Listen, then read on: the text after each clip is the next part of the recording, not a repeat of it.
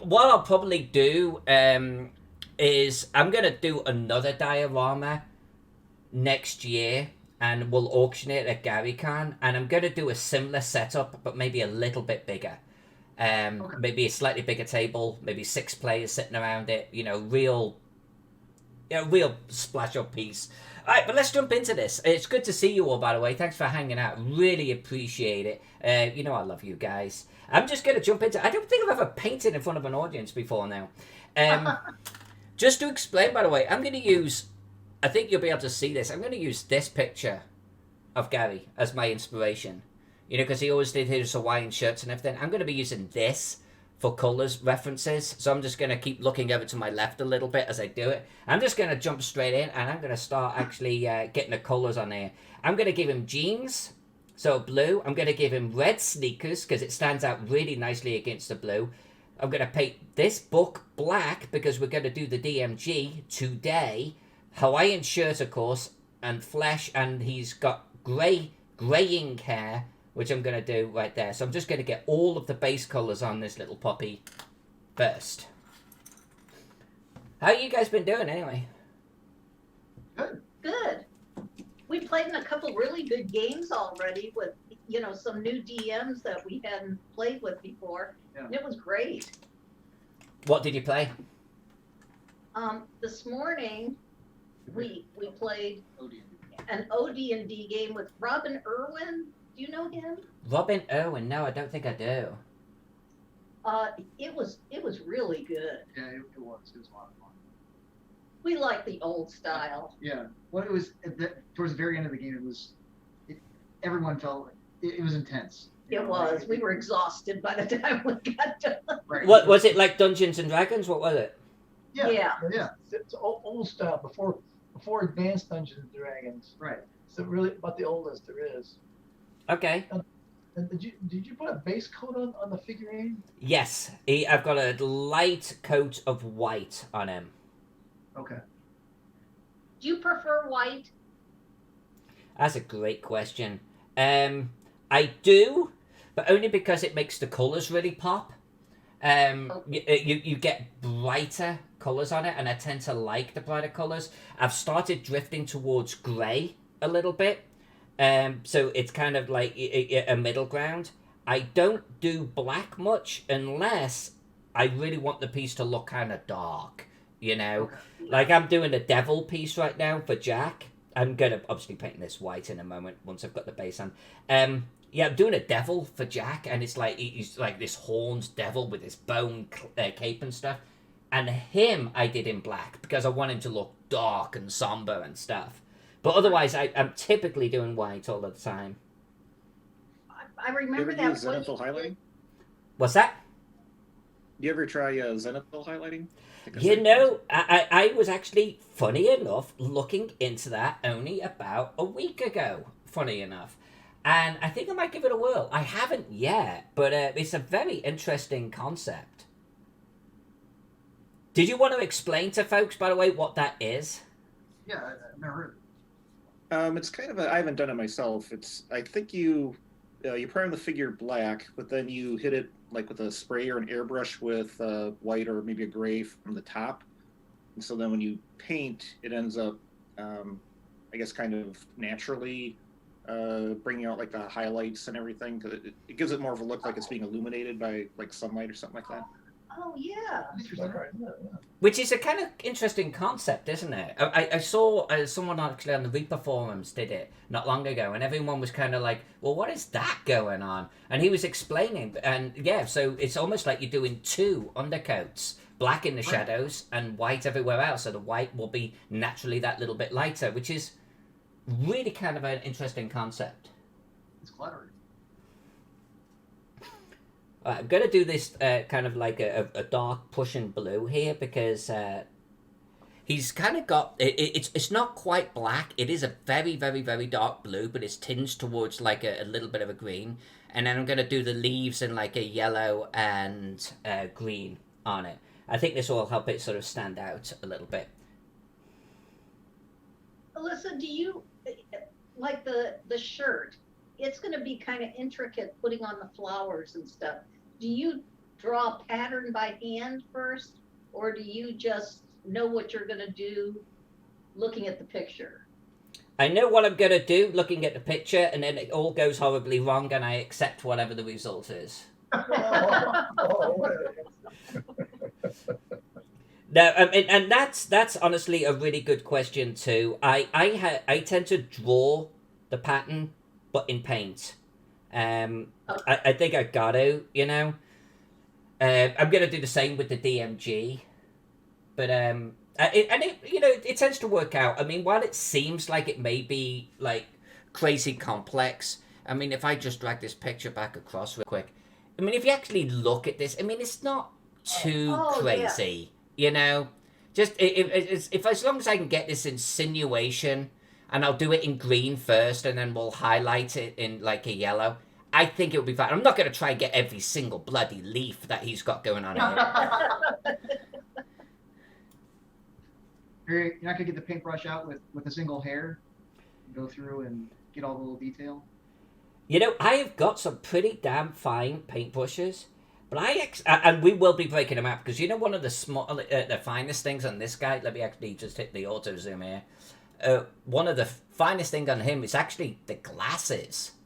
Oh sure, yeah. You know, and I painted this figure once, and it was the glasses that was a real pain in the ass.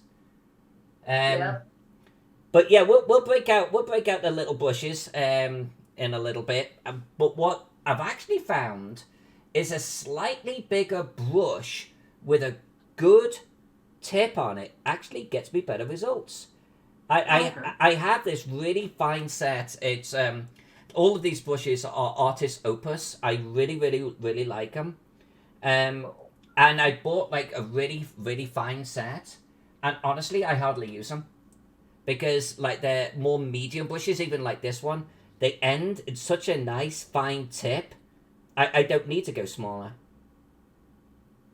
Do you have a preference for brush type? I know that, like synthetic versus actual hair. Or... Yeah, I like the sable ones. They are better. Now that said, I've got these, and I think these are synthetic. Yeah. And they were like $20 for like 100 of them or something ridiculous. I think you get 50, and they're actually really good. And it was a guy in the Reaper forums that recommended them, and he was like, "No joke. I have these brushes. I break them out for seminars and stuff. And when everyone hands the brushes in at the end, the nibs are still there. They're perfect. You cannot ruin these things." And you know what? He's kind of right. One or two you take out and the nib falls off. You know, quality's $20. But like, they're good brushes. It's kind of crazy. Right.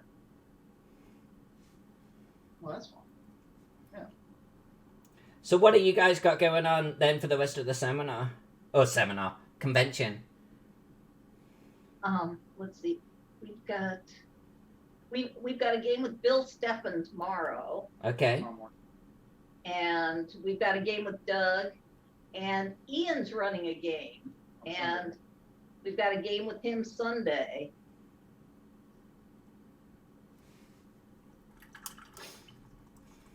Yeah, which is pretty fun fast. Yeah. You know who was gonna run a game this year, but it kind of fell through? Jack. Jack was gonna run. Oh, was he? Really? Yep. What kind of game? A Shadowrun. I've never played that.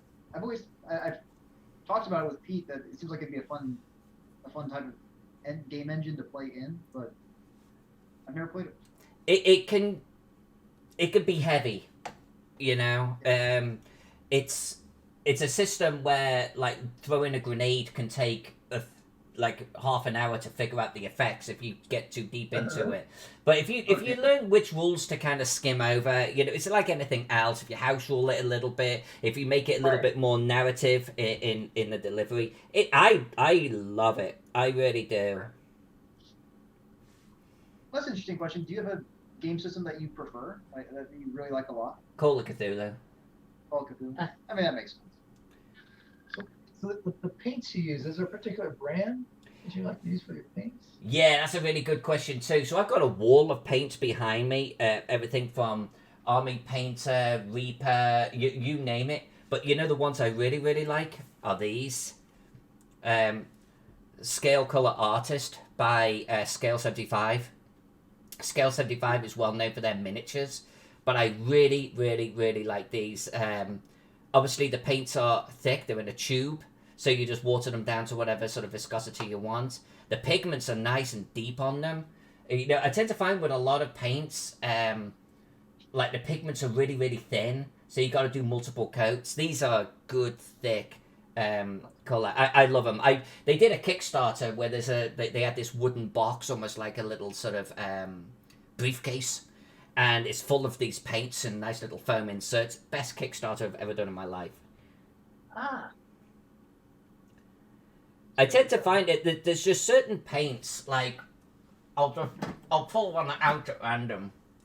Like Reaper are good. I like Reaper, but then I've got these game color ones, and I keep trying them, and I just can't. I can't get the paint to come through on them at all. You know.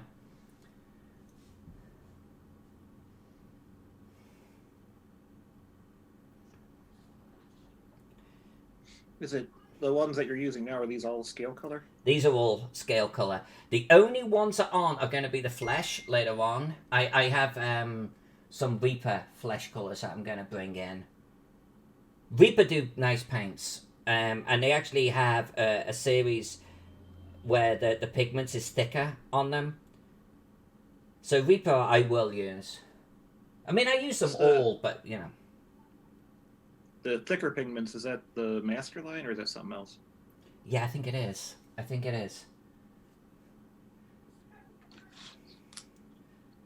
And do you have a preference of paint for metal as opposed to plastic, or is it the same? Or does it That's matter? a really good question. I like painting metal, and I came to that conclusion actually.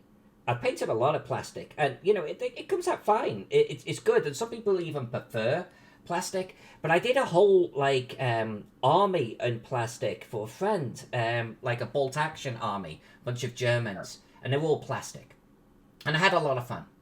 But in the set that he gave me, there was like this command set, and they were metal. So, you know, a guy in a raincoat with his arms behind his back, a medic, you know, they were like the choice pieces.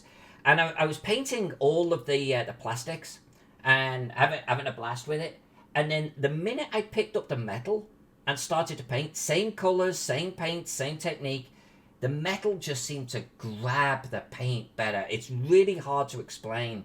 It's almost like it's just sitting there saying, yeah, paint me. Paint me. It's weird, and so it was palatable, you know, right in the moment. So and I think I got better results too. The miniatures I painted in that collection that were metal, I feel were the best. Interesting. Okay. I have not tried painting Reaper bones. Like I own them. And oddly, I have never painted any, and I can't tell you why. But I think it's probably because they are plastic. Have you ever The painted? bones are kind of. Sorry. No, go ahead. I was going to say the bones are. The bones are what now? I was going to say the bones are. They say you don't have to prime them, but if you don't prime them and you're using non-Reaper paints, they don't really tend to stick. You need to use something. You know, I think I've used. I want to say like Army Painter, but yeah, they've got the. It's weird because you think, and then like I've used like Games Workshop. If you use their primer, it stays sticky and tacky. Yeah, it kind of really almost melts seems the odd. plastic a little bit. Yeah. Yeah. You gotta be careful with the primer on that one. I think our Gary is already taking shape a little bit. he is. Now, when it comes to some figurines where they get to kind of piece them together, do you have a preference? Do you have a preference for how you do that? Like, do you glue them together, or do you do the whole? Have a small drill bit that you drill into it and have a You know what I'm talking about? Oh yeah, no, pinning. Right. Some miniatures you don't have to pin, like the GaryCon dragon last year. I did not pin him because the parts were big enough, and effing cool miniatures, the ones that did the sculpt and everything for that, they did it such a way where the pieces just, it was like a ball and socket joint, you know, and they solidly sat together. No pinning needed on that. I don't even think I pinned the wings because they were like just these big, huge balls that just sat right in there. And it was solid. But like a smaller piece, like I'm going to put this Gary on, I don't know why I'm holding up to the camera. I've got a better camera right here. I'm going to put him on a base. And that means I'm going to cut off the little bit of metal on the bottom of the base. I'm going to have to pin that. I'm not going to rely on the glue. So I do pin. If the surface join is small, I pin it. Okay. What kind of tools do you use for that? Do you have a preference for those or anything? Or? I have, actually, I have it right here. Let me show you. There we go. So I've always been curious about that. It seems like... It's a little jeweler's drill. Okay. And the drill bits can actually get really, really small. I mean, give you a sense of scale. Right. If you can see that. Yeah. Yeah. So yeah, I think they're called a jeweler's hand drill or something. And you just literally like this. And it drills into the metal actually very effectively. Okay.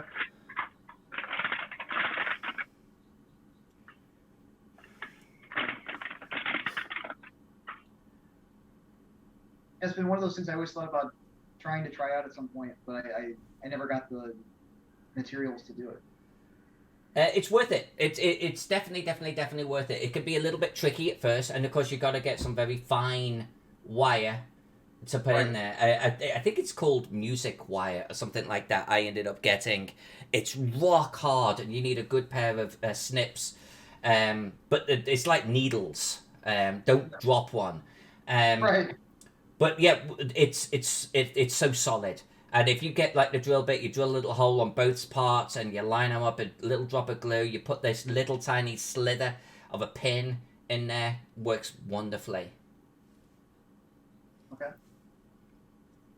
And you get a really good solid join on that too.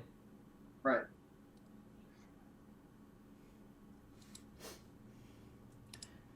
Alright, I'm giving Gary here a full base coat all over. And then I'm going to come in and we're going to start highlighting. Now, I highlight in kind of a weird way. And I could absolutely just take the same colours. Well, I'm doing a little bit of a speed paint here, so I'm keeping things simple. But, like, a lot of people basically start off with, let's say, the darker colours. And then start building it up lighter and lighter. Nothing wrong with that. Some people kind of start with lighter colours and go darker and darker. I think it's easier to go lighter and lighter because you're kind of building up the layers as you go. I'm going to do something a little bit different with Gary here. I'm doing like a middle, and then I'm actually going to apply a wash to it. And the wash is going to create the shadows for me, but it's also going to darken the colours off that I've got going here. Then I'm going to come back through and I'm going to start the highlighting process. It's just... I kind of like just doing it that way.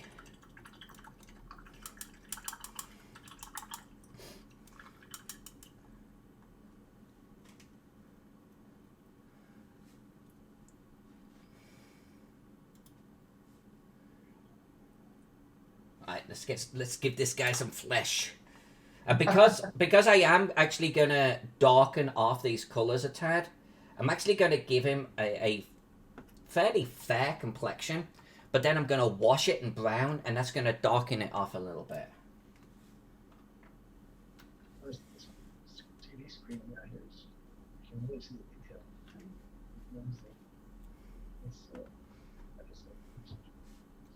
Okay. It's really sharp.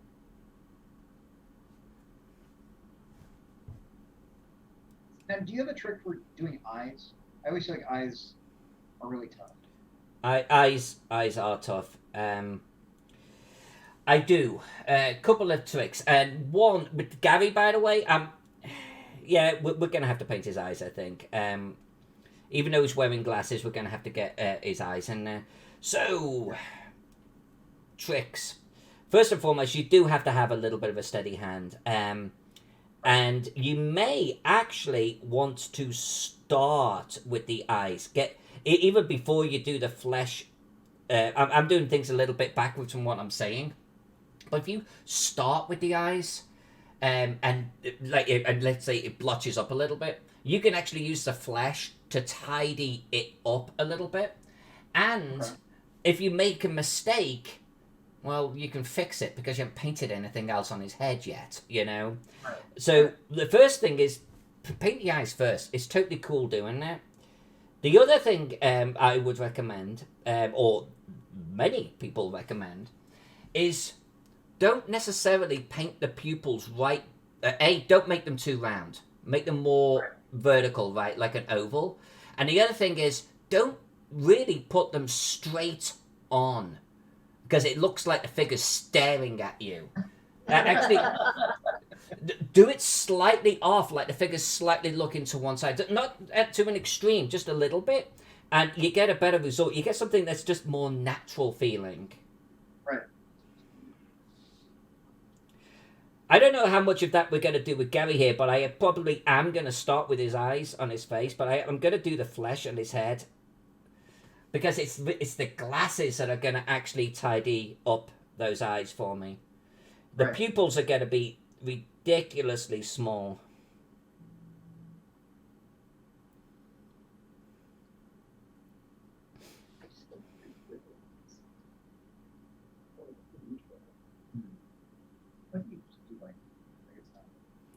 Yeah, it's not electrical.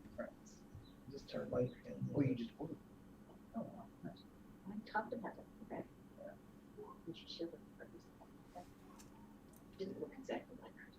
It was $9.99. Does anyone here actually paint themselves? We tried. Well, we've done some. We paint some figurines. Yeah, I mean, We've painted probably 50 of them or something I don't know about that many, but between us. my mom's actually done some pretty good ones. Like, I really like hers a lot.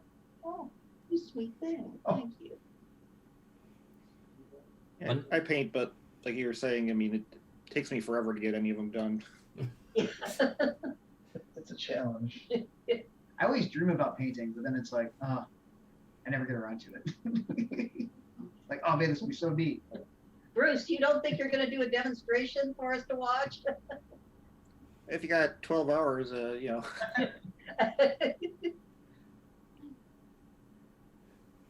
There is actually, I can see it, you might not be able to, there is a little bit of a seam joint there, but I'll hide that in his hair. I should have tidied him up a little bit, but...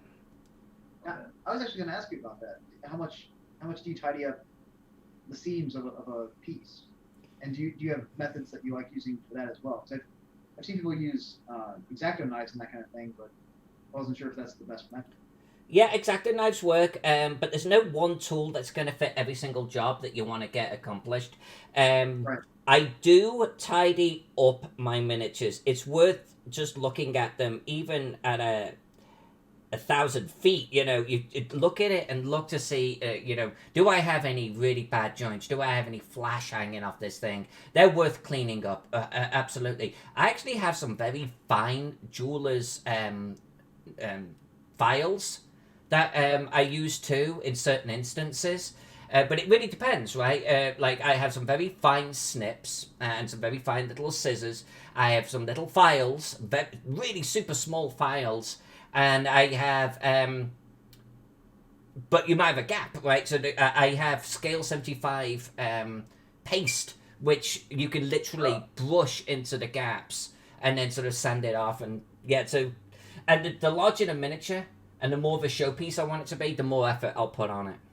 Right. Is that paste kind of like green stuff, or is it? It's like easier green to work stuff, but it's actually. Let me see if I've got it here. Right. That's right. These are the little snips I use. And oh, here it is. It's a putty. It's scale 75 putty. And it's quite thin and it's water based, so you can actually you can get a brush and you can just like literally just stroke it into very fine gaps. Works out really well. I do have green stuff, but if I'm breaking out green stuff at that stage on a miniature, then I've got a big ass gap. You know, I've got a real problem.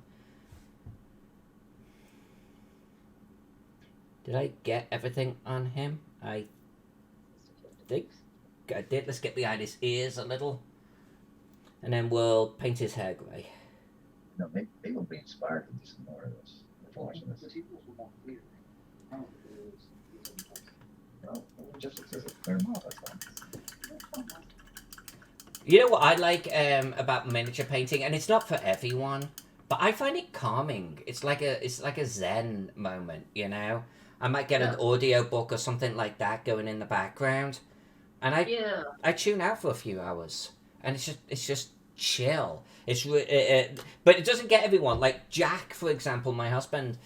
He's actually a good painter, but he got halfway through the miniature. He's got great steady hands, really followed the line, hates doing it, hates painting. Just not for him at all. Yeah. That's like whenever I do ceramics, I always feel the same way. I feel like I can just keep doing it for hours. Yeah. Yeah, there you go. Yeah, similar principle, exactly. I looked at this one this morning. I always find when I start, I'm usually kind of, it seems like a chore until I get to a certain point where I can kind of envision, okay, what it's going to look like when it's done. And then I get enthusiastic, and then it's like, oh, this, Nice. Things speed up a little bit. I'm probably, honestly, a little bit like you in that respect, but maybe I'm worse, because if a miniature doesn't get me excited, it's like I never paint it. It's just like I can't even get started on it. I abandon it partway through. I've got to really enjoy what I'm painting. That's kind of my Achilles heel. Mm-hmm. Do you enjoy smaller stuff or larger stuff? Larger nowadays, to be honest with you. I used to do nothing but like let me move this up a little bit. There we go. I used to do nothing but like 25mm, which is more like 35mm nowadays, but like the smaller scale.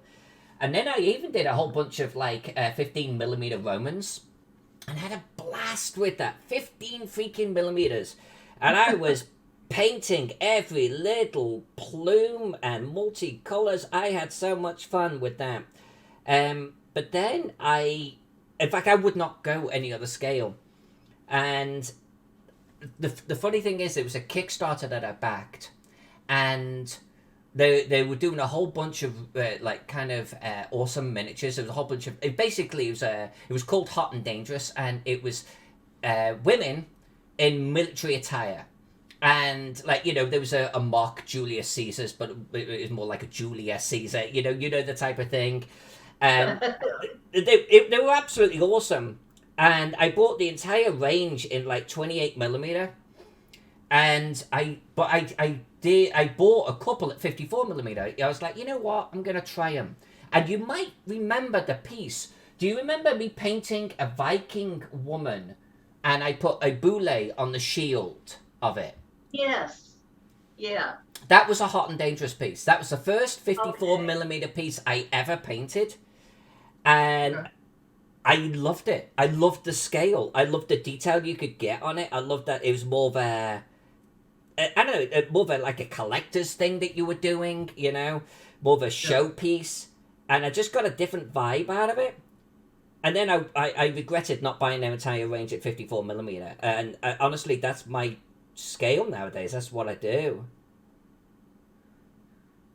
Yeah, I remember I got some larger figurines. I can't remember what the company was called. It's actually from a Ukrainian company, but they had a bunch of like Viking style, figurines. But they're larger, and I really like the fact that they've got all that extra detail in it. Yeah. It's kind of neat.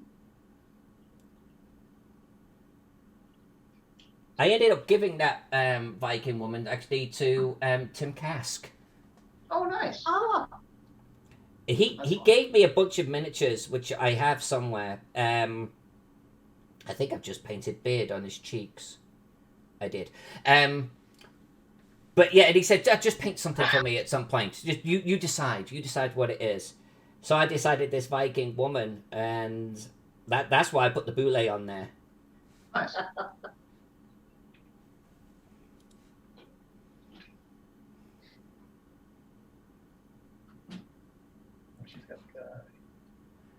I have Boudica in something like 120 millimeter on a chariot. It's an amazing piece. I'm gonna do her this year, but I'm gonna have to break out my spray gun for that. And I've never used a spray gun. I own one, and I'm terrified of it. I just have this feeling that I'm gonna like spray the walls of my house or something. It's gonna get out of control, you know. Nothing rational, but I just can't shake that it's gonna be a really messy experience and really loud. And I've been told like none of those things are true. Yeah, like I have very limited experience. It's good. They're not too bad. Just kind of control bursts.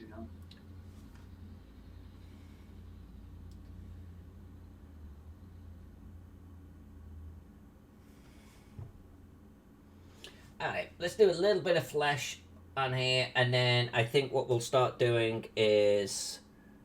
Yeah, we're only half an hour into this. This is no problem. We got this. Okay. And his mouth is good. Now his mouth, I'm going to tinge with, of course, a little bit of red or pink. Just get those lips going on. But I think we're ready for a little bit of a wash here.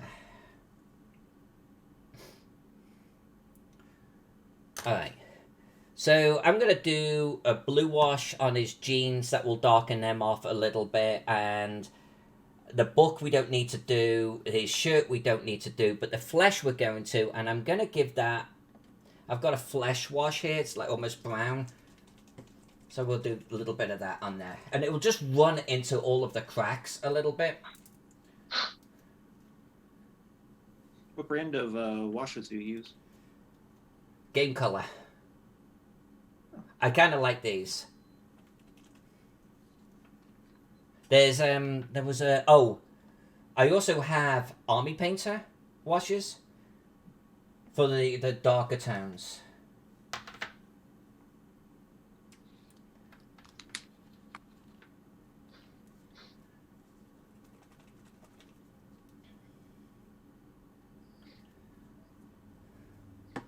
Might as well do the blue at the same time.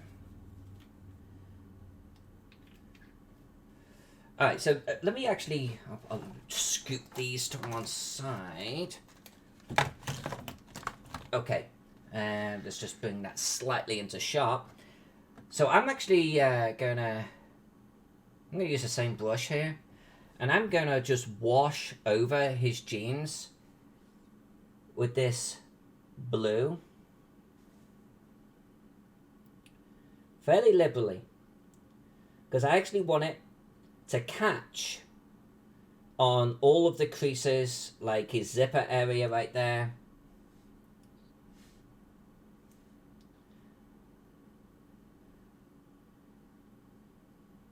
And this obviously hasn't dried yet, but I'm actually going to try and put this under the camera to show you what I'm talking about. It's looking more like jeans. Right, exactly.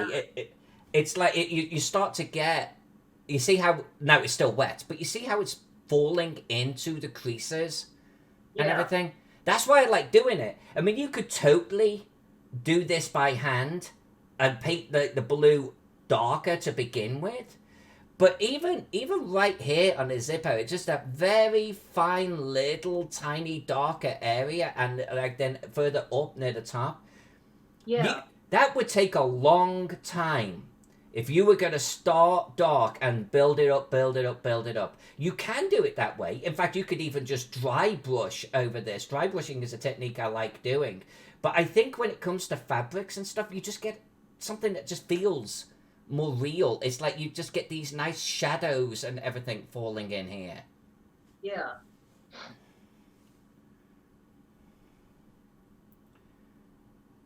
I do this on armor too, like, if you're painting chainmail or even honestly just being a plate mail or something like that, I'll get a nice silver, paint it pretty bright, and wash the whole thing, especially in the darker areas, with literally one of these dark tones from Army Painter, and it just falls into the cracks, but it also forms some nice little shadows on the metal, the highlighted areas, and you just get a great result.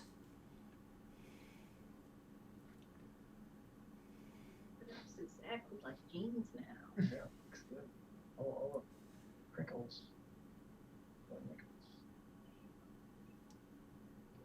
And if you think about it, this is not unlike when I'm drawing my maps and everything. You know, they start off like looking pretty simple, like a whole bunch of like just little squares. But it's like the minute you start layering it, I'm a big, huge layering approach to colouring in general. And I do the same with my miniatures, you know. I mean, that'll take just a couple of minutes to dry, but it's already just, I think, looking better. And then if we wanted to get a lighter blue or even the original blue, and pick out some just edges on maybe the top of the pockets, we can do that once it's actually dried off. But I think it's already looking pretty good. Let's give him the same treatments like on the jeans. flesh.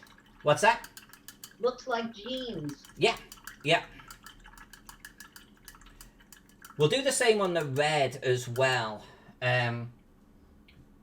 I could even wash the red with black, to be honest with you, because the surface area is actually pretty small, and I probably really want the little tiny crevices to stick out. My red wash probably won't do that because the surface area is so tiny. Yeah. Okay. So let's get. I've got now just a little bit of a brown wash here.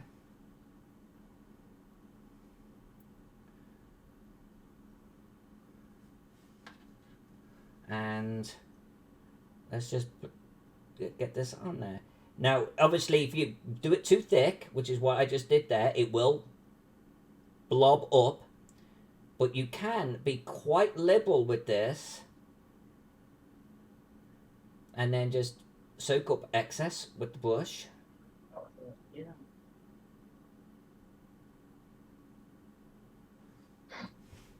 And you can see how it, like, it almost, it changes the original color too. Like it just,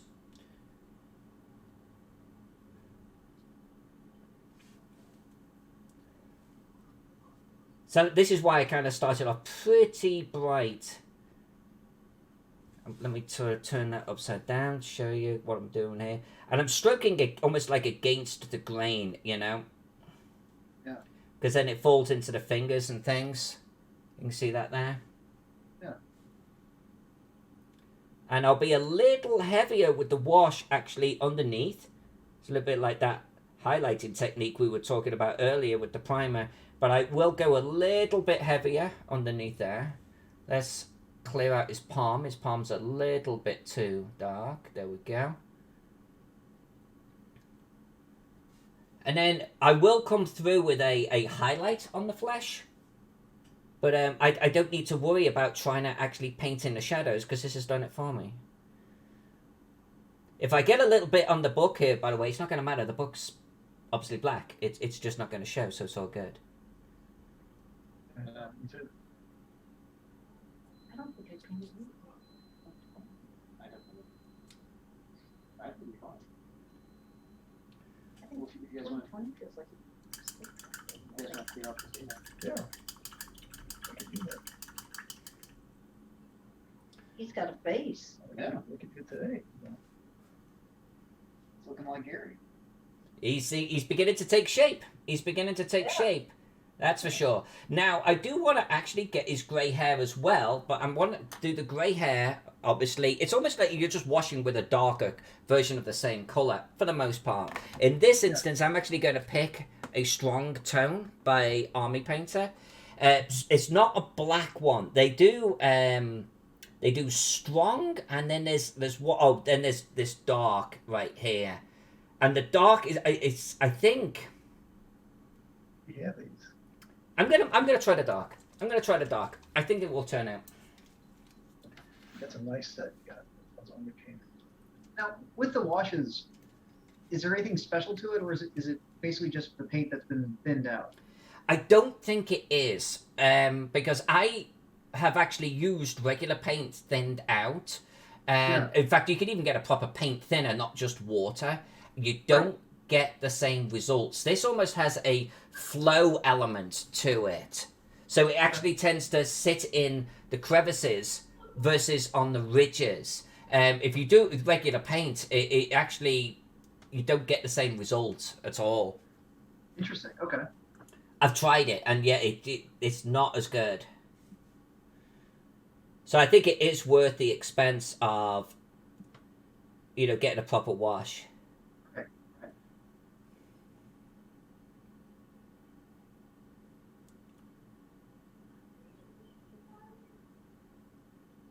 Look how this is already. This is picking out every single strand of hair on this. I mean, it's just crazy. I love the transformation. He's looking younger.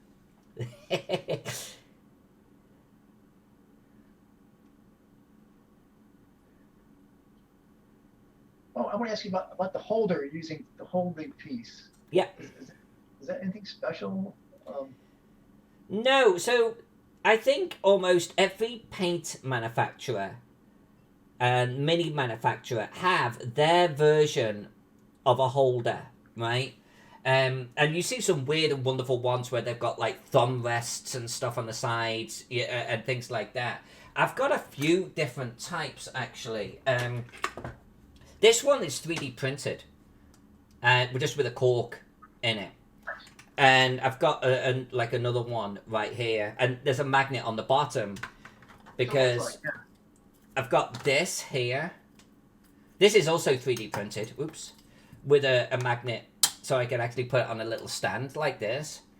This one I actually kind of like, and you can just like rotate it around and such. And the top detaches, so you can put other ones on there. I kind of like this, but ultimately, at the end of the day, I could just have a cork with a slit in it. As long as you can sort of stand them up, it's good to go. I just happen to have this because I had all of these 3D printed parts.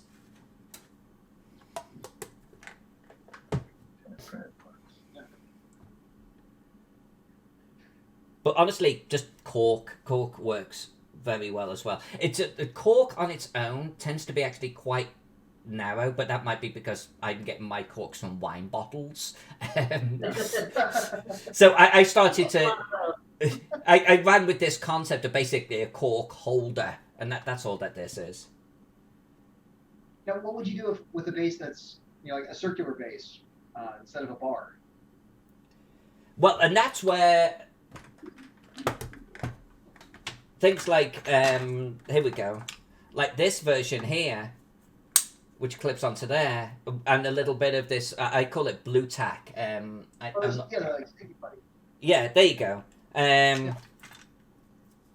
and I've got like quite a few of those. So that is honestly what I would do. I just blue tack it to something. Yeah, yeah.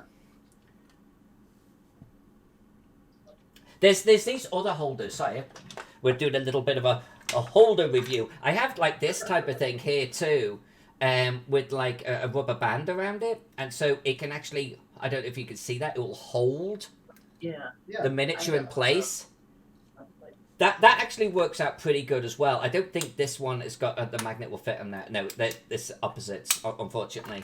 But something like that can work. I just tend to find that they're clunky. They're beginning to get a little bit too big, Right. I've even been known to glue them to the top of a nail before now, like there's a regular carpenter's nail. Yeah. I've done that because it will pop off the nail easily enough, but then you can just hold the nail and paint that way. That's pretty cool. All right, I feel like we just gotta. I'm gonna just shape his hair a little bit here by tinging the head just a speck. We almost certainly are gonna dry brush this hair. We'll put a little light coat of grey and white on it, I think. But let me just make sure we've got his beard and such. Right, just tuck that under there if you don't mind, Gary. Just thank you very much. A gentle stroke across the old moustache. Now I'm looking at him front on. Just make sure we get his little widow's peak there. And that, I think, taking shape. Taking shape. Okay, let's do something with the eyes. Let's do the eyes, then let's do the glasses.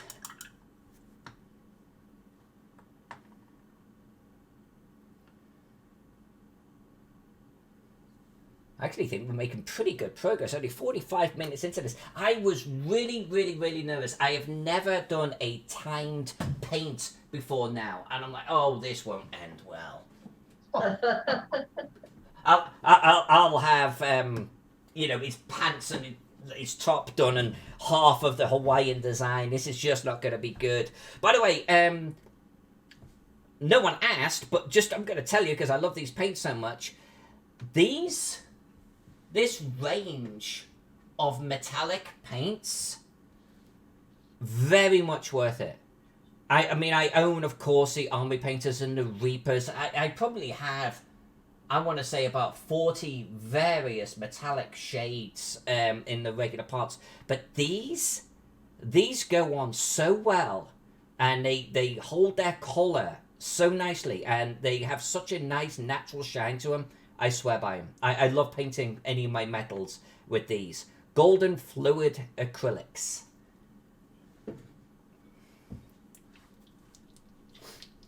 So I've got this for the glasses, but I should do his eyes first. So let's get our white.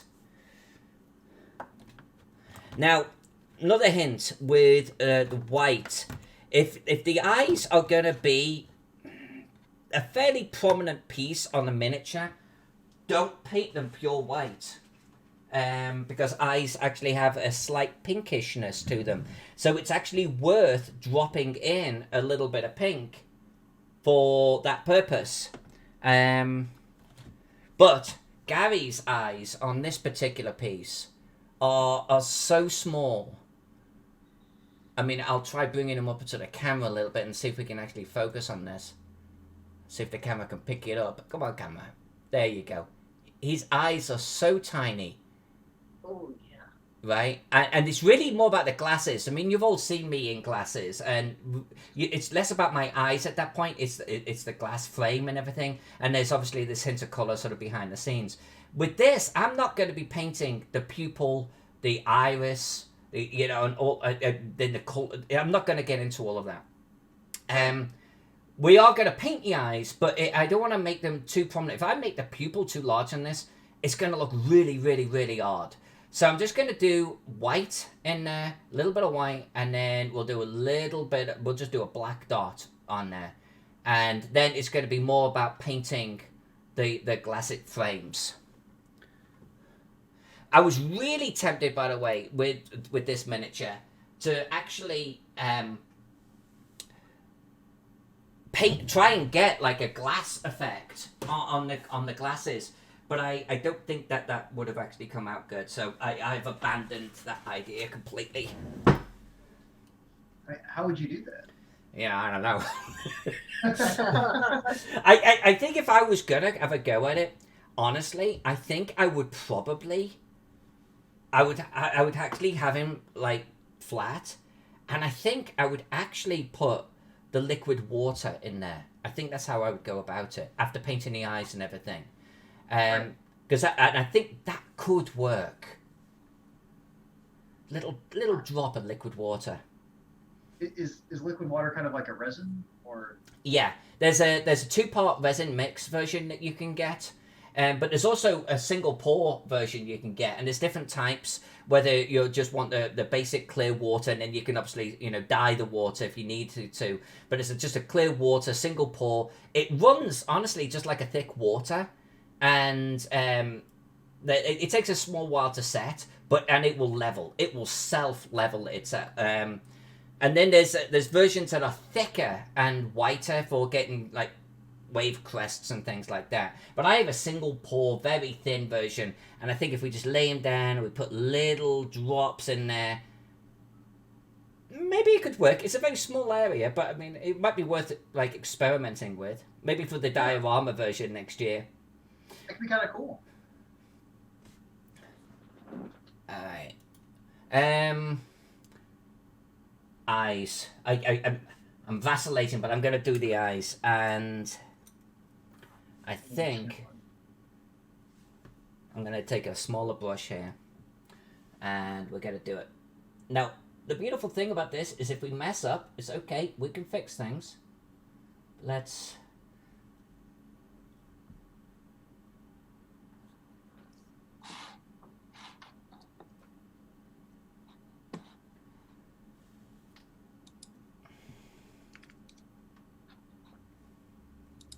Now, excuse me, I'm going to actually put my little headlight on here for this bit. Hopefully it's not too bright. Let's get a little bit more.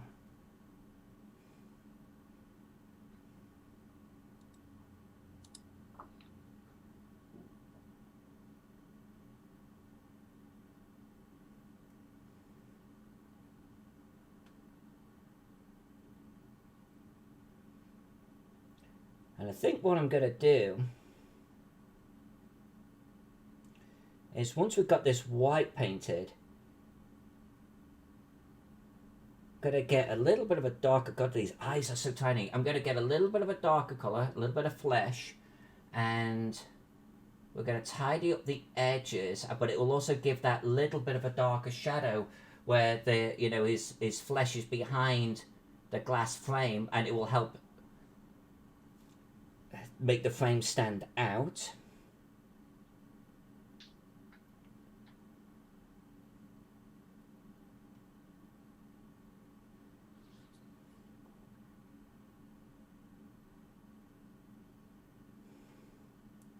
Just gonna get it into the center there a little bit.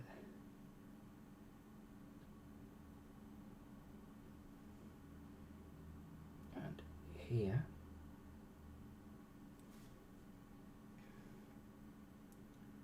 Yeah, this is gonna work out okay. Let's turn off my headlight. That's kind of interesting. Yeah. Really stable. Nice. Can you see that okay? Yeah, actually, yeah.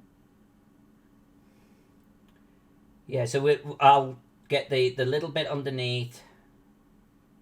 I think the top's pretty good, but I'll just now narrow it up. By the way, I would do this even if he wasn't wearing glasses. Like paint the eye. This is why I said get it on there to begin with.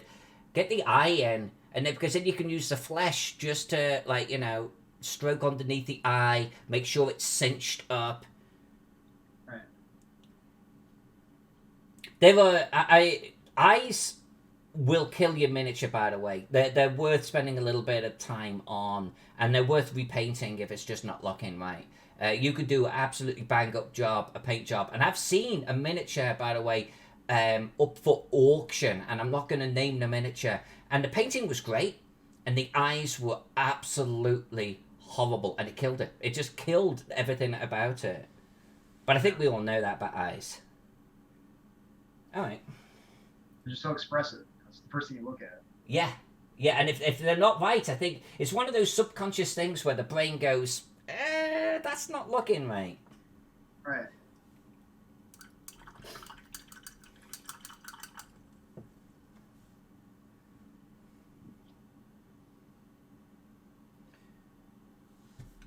Now I think then on this, timing wise, well, we're about an hour in. So yeah, I think we're doing okay, because if we spend like the next hour painting the book and his shirt, then we've still got an hour for touch up and everything. So I think we're doing okay here. It doesn't seem like an hour's gone by at all. Yeah. Well, thank you. This is a different pace and a different type of thing than I normally do, and I would hate for it to be absolutely dragging, like molasses. I should have some music, some classical music or something playing in the background. Okay. No, I couldn't believe when you said, well, an hour's gone by, and I thought, it has? I looked at my watch, and I was stunned, because the time has flown.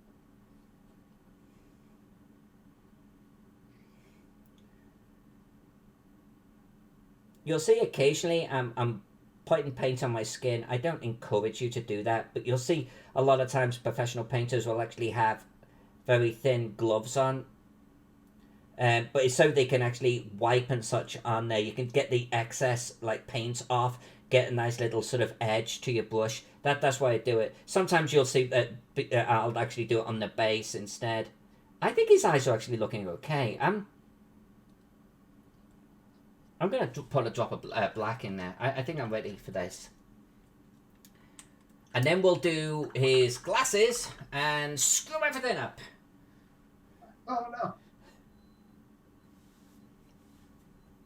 Alright, let's get a little daub of black.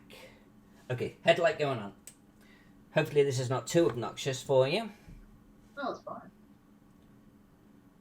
I can actually also see with my headlight on that I've got this area down here that I'm just going to get a little bit of black paint in there. There we go. And you know what? May as well do you while we're here. And you here. Okay. Alright, let's do this thing. Live on air. Pupils of Gary Gygax.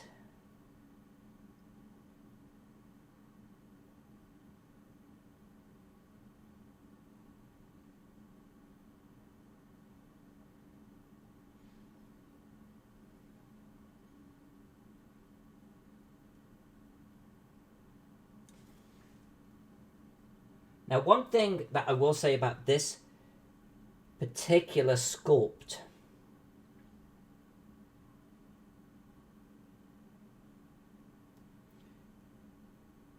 to do a little bit of tidy up on that is the eyes have this weird sculpt to them.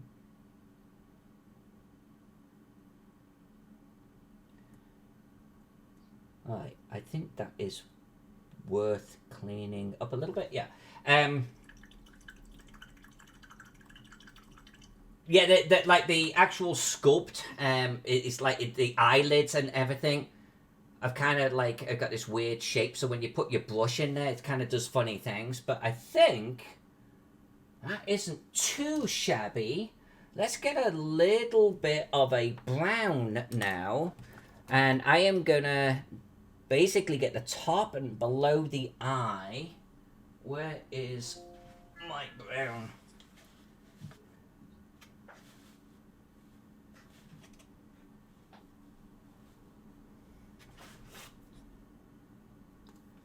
In terms of the paint drying, like, how long does that take? Like, you know, do you have to worry about the fact that you've done all this within an hour, or is that perfectly fine?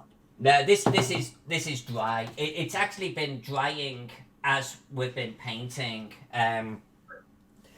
So, I mean, those pupils, by the way, right now they're dry because the paint area is so small. Right. And even like his jeans, I painted the jeans. By the time I'd actually finished with the top, the jeans were dry. So the paint dries pretty quick. Right. Those jeans look just like jeans. I know how they do.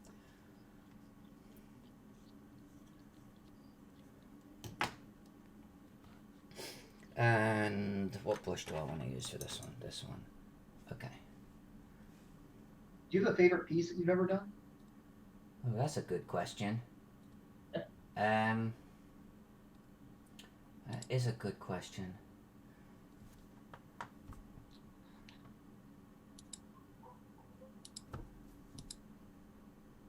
I think, honestly, I really liked doing the GaryCon Dragon last year. I did enjoy doing that. But if it wasn't the GaryCon Dragon, I think I might have to pick. It was a winged hussar, but it was another from the Hot and Dangerous line, and it was a female winged hussar, and she had the big huge feathered wings. Yeah. And she had like this leopard sort of fur shawl almost going over her. And I painted like the feathers, but in a different way. They had a pattern on them and everything.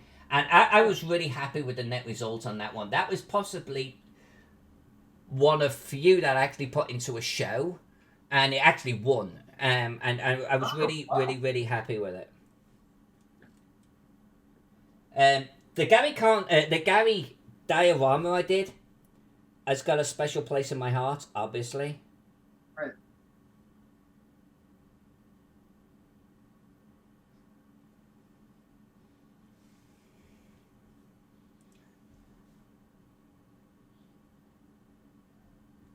Oh, and I did a camel, they call it like a cataphractari, but a heavy war camel. Yeah, like, I remember that. Yeah, that came out looking really good. I was happy with that one. That was impressive. It was very impressive. Never seen pictures of that.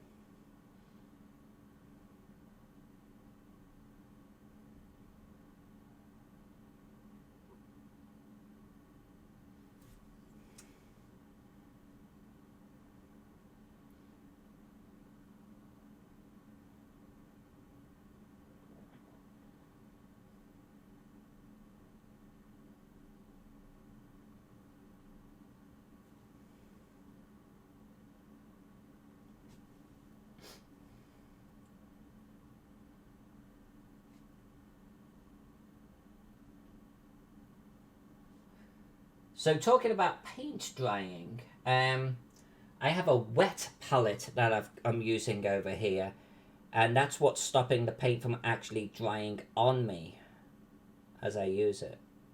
Right. If you don't have one, they're a worthy investment.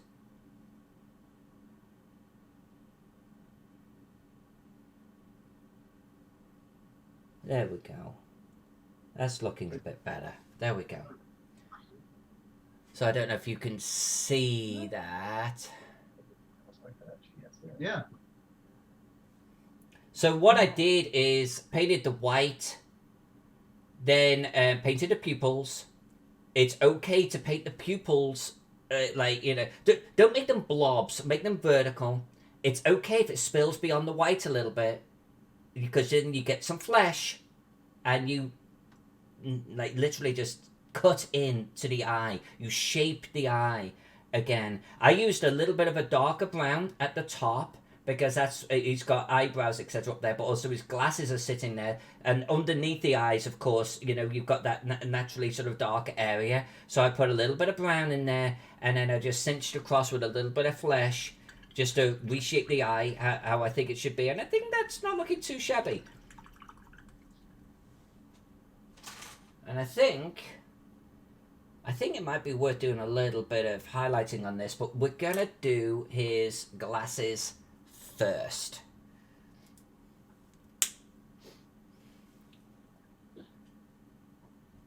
Alright. And then we'll dry brush his hair, I think.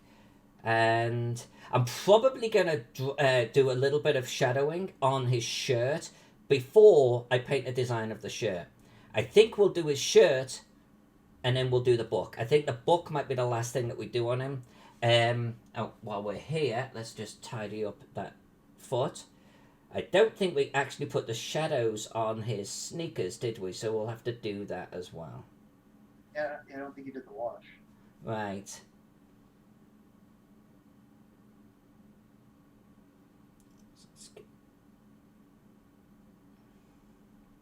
Okay. I have no knowledge of Gary actually wearing red sneakers in real life, or even sneakers in general. This miniature's got sneakers, and I figured, why not just go bright and bold?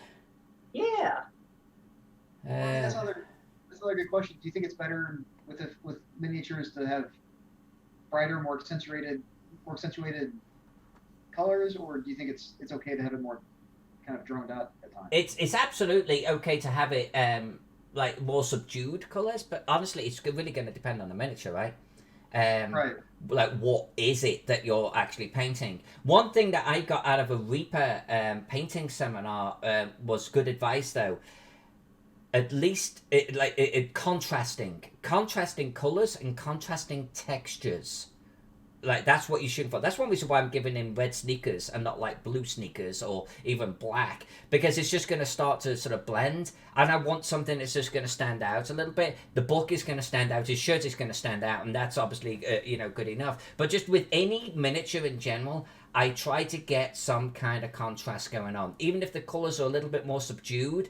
And it doesn't have to be pure color that is the contrast. It can be that a blue shield, with a yellow design on it, that contrasts really, really well. But it can also just be pure textures. Maybe you've got some shiny armor, and you contrast it with something like, there's a darker sort of, shawl over his shoulder or something like that.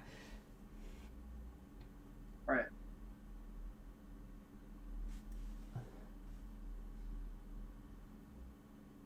But yeah, honestly, I will paint what the miniature needs to be. It doesn't have to be bright at all. Right. I think for me, painting this miniature for the first time, it was I was actually kind of tickled that he was wearing sneakers at all, and I just wanted to make that stand out, if anything. Yeah.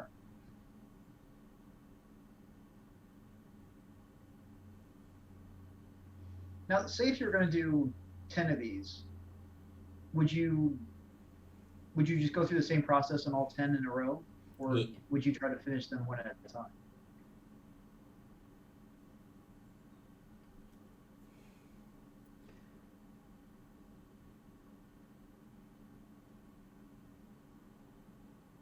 I got a little bit on his head, but that's okay. I've actually done multiple miniatures at the same time, because obviously I'm a big war gamer as well, right? Right. And so if I'm going to do like a unit of 20 odd whatever, then it makes sense to do them actually as a little bit of an assembly line, because all of the colours are the same for their jackets, all of the colours are the same for their braiding, all of the colour, odds on at least. So I probably would do them all at the same time, unless I was really going to be shooting for something where they've got some differences. Gotcha.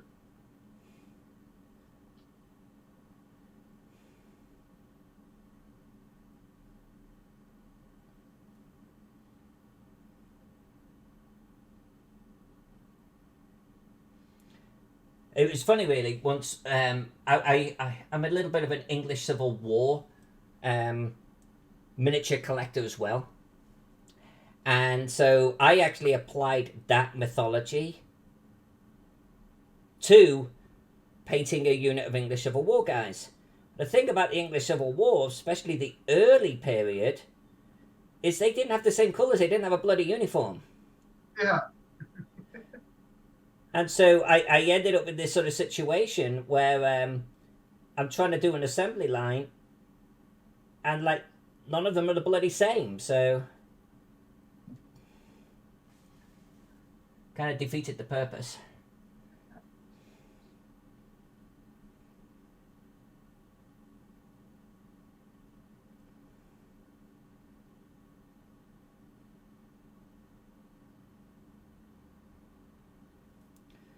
Alright, so we've got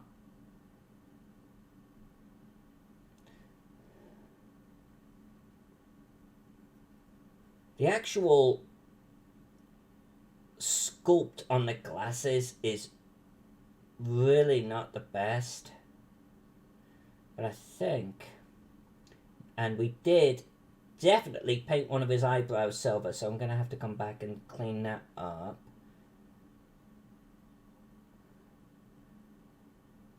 Okay, so I think what I'm going to do here is we're going to get a spot of the brown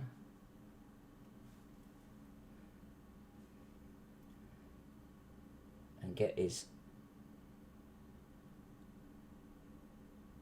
eyebrow there, and there.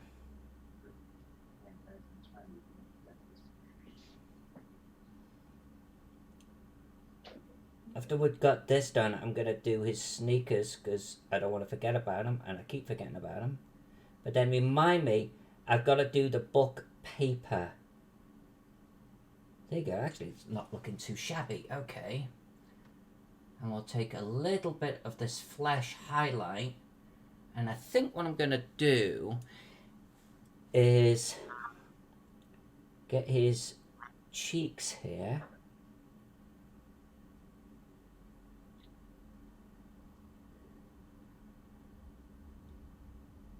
I actually think there's no hair here, so I'm going to just get rid of that. Highlight the cheek. Highlight the nose.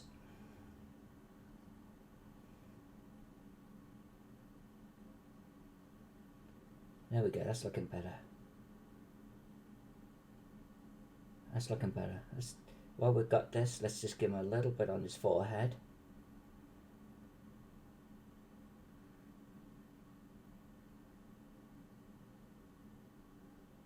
Yeah, I think that's taking shape. Can you see that? Yeah. Yeah, it looks fantastic. Okay. Hair, book, paper, sneakers. In not that order. Okay. Let's do... now, I said I wasn't going to do a red wash because I think the sneakers are too small for that. So I'm actually just going to go back towards this dark wash here. Let's get our slightly bigger brush. By the way, with the brushes, I am rinsing them out. I've got like a little painting puck here. It's just basically a little jar for rinsing them out. When I'm done with them all, I actually use a brush soap. It's like a conditioner. And I clean them up real good. I don't just rinse them in and sort of discard them. Worth cleaning your brushes nicely and giving them a little bit of TLC.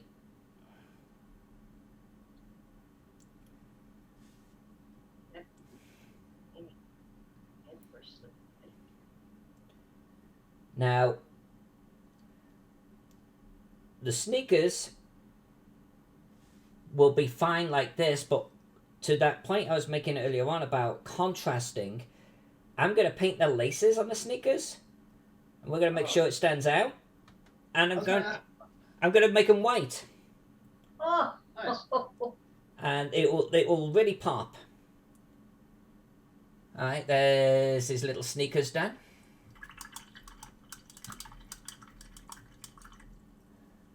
And I think, all right, so if he's holding the DMG like this and the spine is in front of you, the paper is going to be on the outside, right? Yeah. Okay.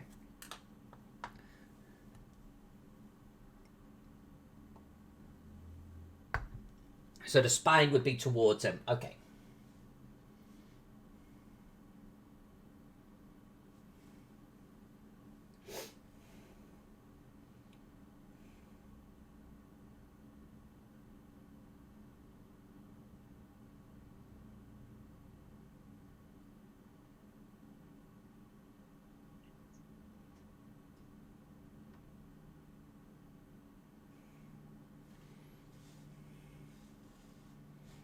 Right, it's not going to be a good camera angle here. My apologies while I do this.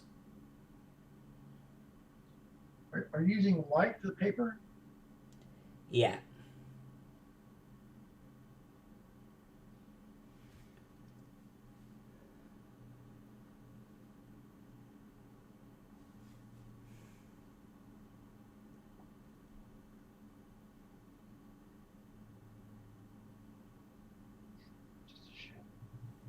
it's really interesting. Yeah.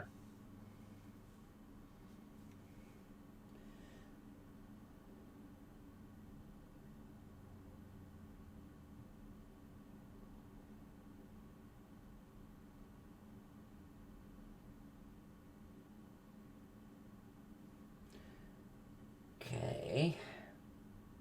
So I guess it's not the reprint of the DMG with the gold leaf. There was a gold leaf version? Well, with the reprint, they put gold around the edge. Did they? Yeah. Well, I mean, I've got the player's handbook. I don't know if you get a chance to look at some point. You can... Oh, so. Oh, well, I was gonna do. I'm doing this DMG. I'm doing this one. The original one, right? Yeah. Did that have gold edging on it? No. But they reprinted it. I did not know that they reprinted it. You know, it's kind of like a commemorative edition from a few years ago. Right. Where was I? Sleeping under a rock, apparently. That was fantastic when it came out. Yeah. Dungeon Master's Guide. Yeah. I mean, it just changed it. Yeah. It was a big stuff. Have you heard that? I'm not sure if I'm allowed to tell you this. I'm going to tell you anyway. Have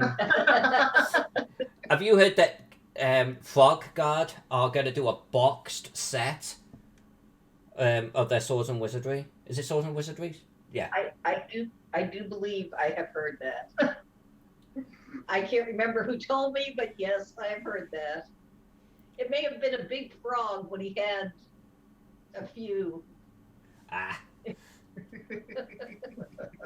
Zach mentioned. In fact, it must be fine because Zach mentioned it on my stream the other day.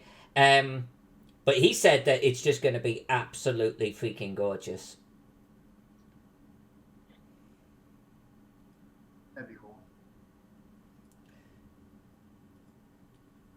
Now, I don't happen to know what the back of the DMG looks like, so I'm not sure I'm going to do much with it. Does anyone happen to have? Yeah, I want it. And Tom's getting it.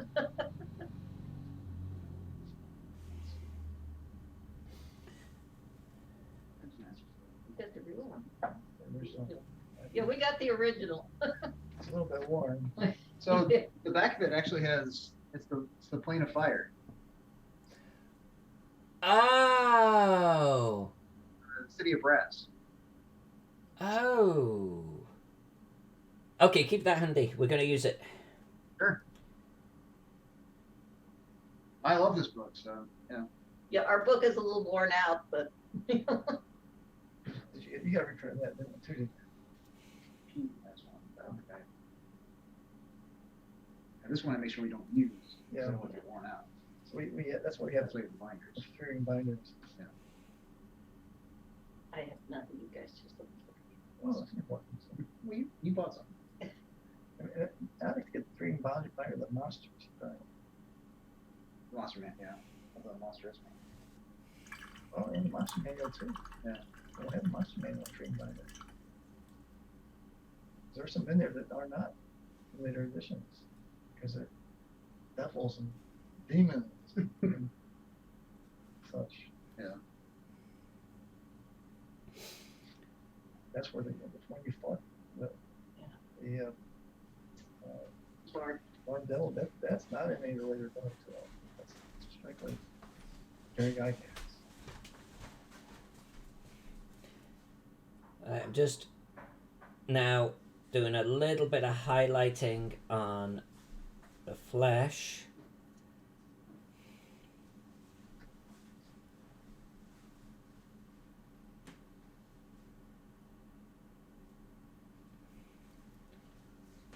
So when you highlight, are you using a darker color? No, here I'm using a lighter color. So, you know, we painted him in I want to call it, well, it wasn't tanned. It was this one, fair skin. And then we washed it in brown. And you can see we've got all of these lovely sort of shadows underneath here now. But I'm now going to, where the light is hitting it from above, like, so, you know, the palm here, like, and we've got this thumb, we've got his palm. I'm just going to accentuate those areas, and we've got his forearm.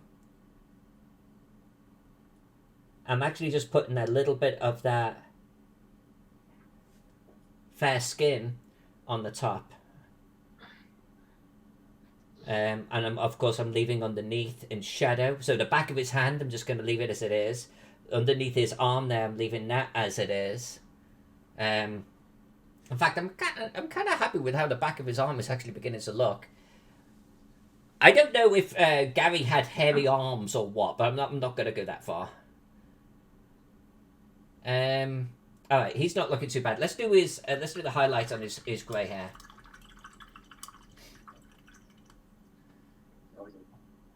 Yeah. And this brush is getting a lot of love, so I'm gonna actually just give it a little bit of a clean right now. Nice. Yes. Now these particular sort of conditioners came with the brushes that I bought from Artis Opus. But here you go. I'm just gonna let that sort of dry to one side. But if you don't use that, you can actually get this. The Master's Brush Cleaner. It is honestly worth its weight in gold. It's so freaking cool. And you can use it for oil paints, watercolors. I use it obviously for acrylics. And it just brings your brushes back to life. You can even get a brush that actually is really crummy.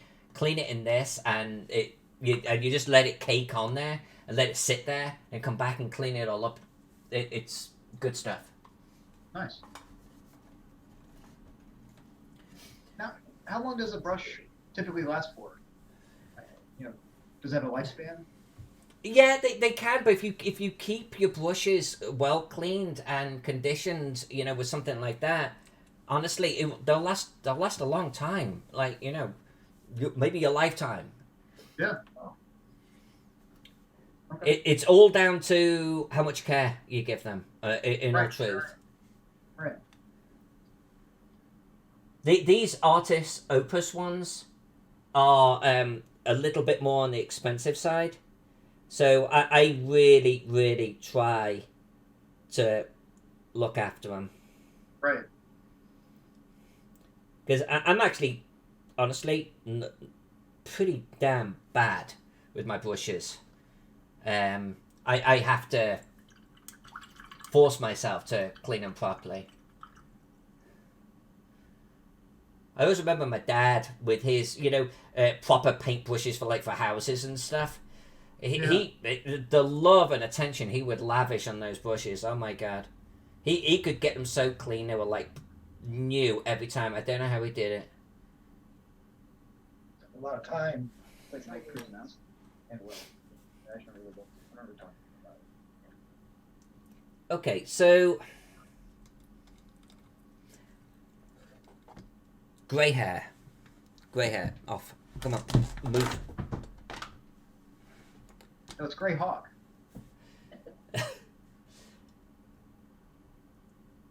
Okay, let's do that. So I get a scuzzy brush. Typically, if I'm going to dry brush something, I get a brush that is actually well beaten up.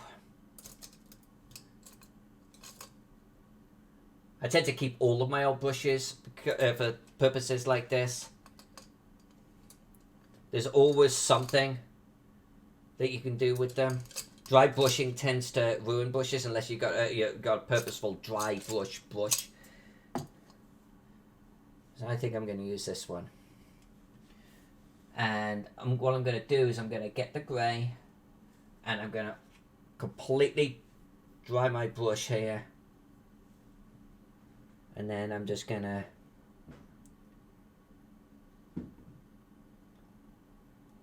gently caress his hair. I think you can see the grey coming through the top of his head. I want to be careful not to get on his flesh. And I also don't want too much paint on the brush because it will actually start to fill in the gaps.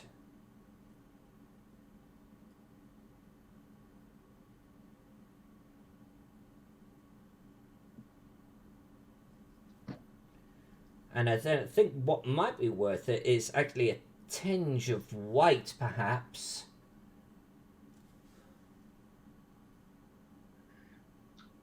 I don't think he was that great. I think we might leave it like that just for a moment.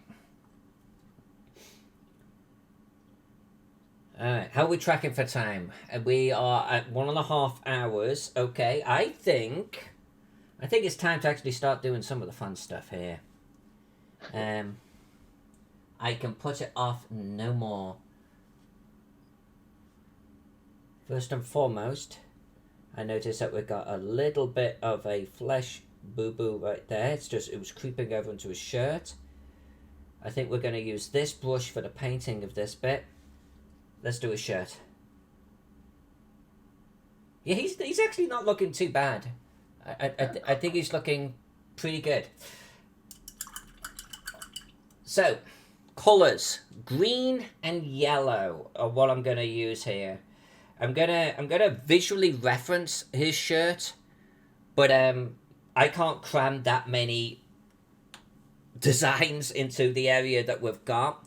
So we're going to be doing the spirit of it. So I'm going to use an intense yellow on top of a turquoise blue. We're going to use the turquoise blue first.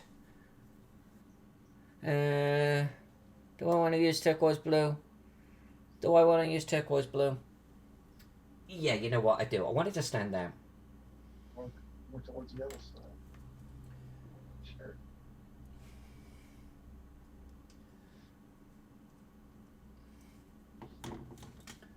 And yeah, I'll drop it to the yellow on there now. I was tempted to blend the yellow into the turquoise, but no, we'll do them separately. Okay, let's get a little bit of water onto the paint.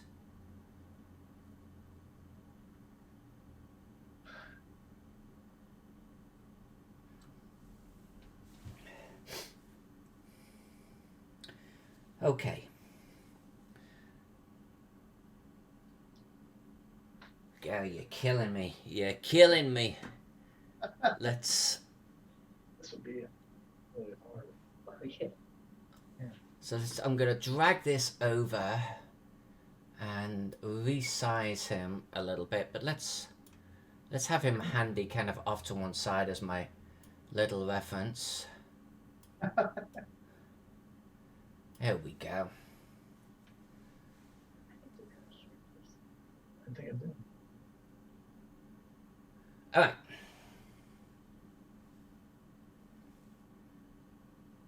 Yeah, you know what? I'm not convinced with the turquoise. I'm just not convinced by it. Right? It does seem a little more green. Yeah. Yeah. Yes. I think we're gonna use...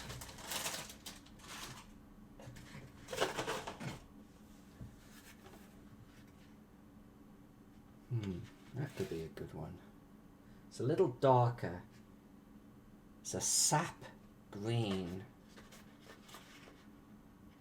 Moss green is the wrong. You know what? What about spring green? Oh, that looks more like it, yeah.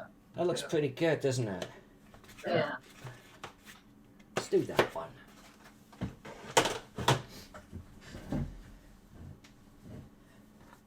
Whenever I paint my miniatures, like obviously I've done this miniature once before, I never ever ever make notes of the colours I'm using.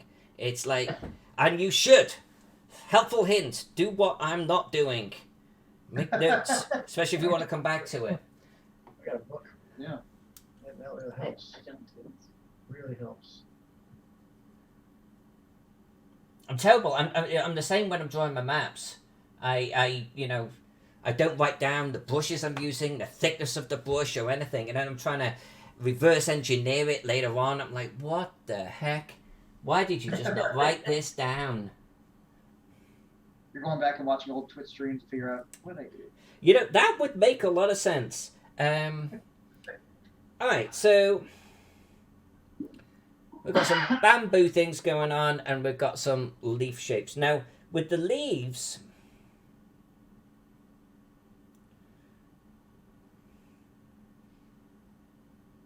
we can actually do the whole leaf. Remember, we're going to come in with yellow afterwards. If I want to get the little striations on those leaves, like the gaps, like you can see in Gary's shirt there, just off his right side, we could just come in with blue afterwards from the shirt itself, and we can further refine these leaves. Yeah. But I think we're going to do something like this. Yeah. So it's yellow side. I would. And we got shade, but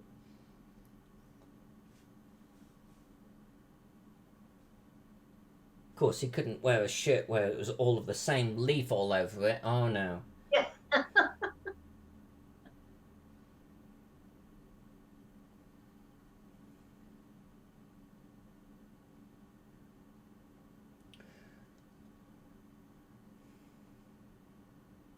There's a zillion different leaves in there. Right. Now, fortunately, that also means that we can have some variation, and it's all okay. Yes. Yeah, you can just make it up.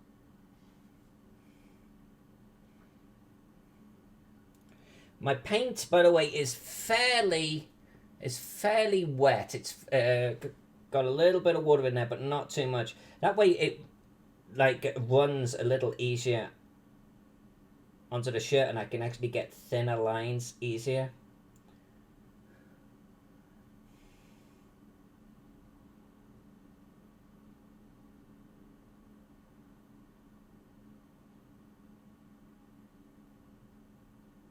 Can you all see this easy enough? Yeah.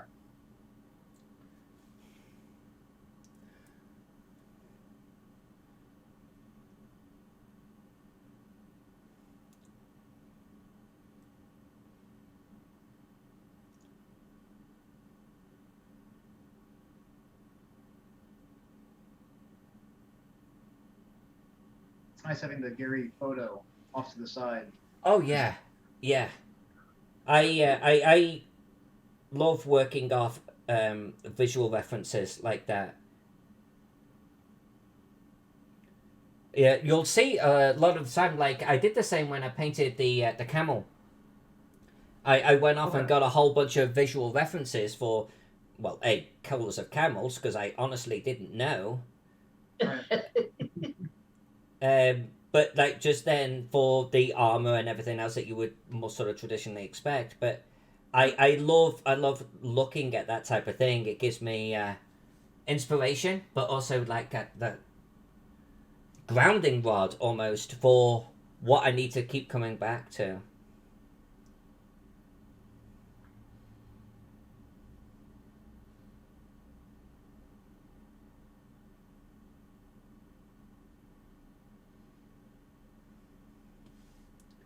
I think this is going to work out just fine.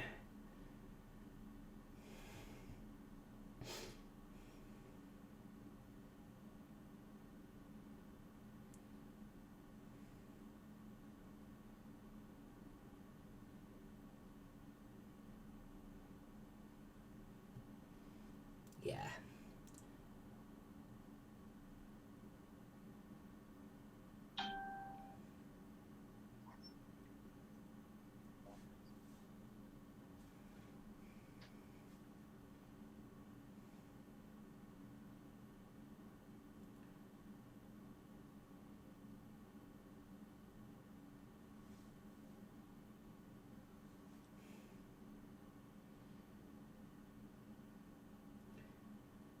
So Alberto, does this answer your question regarding like how I draw them? It does. Because some of the pictures you post of, capes and things with intricate designs painted on, they're mind-boggling. No, I'm not like these Russian painters, though, where they literally do these incredible works of art. I don't know how they do that. I've seen you post some of their work before. Yeah. It looks Yeah, it looks unreal. Yeah, exactly. It just looks unhuman, doesn't it? It does. If you gave me the side of a barn, I couldn't do it. Right? Yeah, totally. It's actually an aspiration of mine to get a dedicated game room, but a hobby room for me, like a wargaming with history sort of thing, and do a mural. I would love to actually paint a mural on the wall, and I'm sure I'd really struggle with it. You should come down to our house and we got a wall. Yeah. Would you make it like a Roman column? You know, where it depicts something all the way around. You know? That would be kind of cool. I thought it'd be kind of neat to sort of, paint it so it looked like you were in a villa or something like that. But I've got this picture of like Caesar crossing the Rubicon, and I thought it'd be really kind of cool to, blow that up to wall size. Yeah. All right, so this is dark because this is a fairly dark green on dark blue. But I'm now going to come over with the yellow on this now, and this should really pick it out. Is there a black cat? Oh, You see a cat? yes. Yeah. Who's the cat behind you? That's going to be Deacon, named after the kobold from a computer game. Oh, Neverwinter Nights. Deacon was a kobold familiar. Nice. So yeah, Does he come help you paint? he does. He's a horror. He is a horror. It's getting to the point probably in the evening where he's like, well, this is when I get my treats, right? They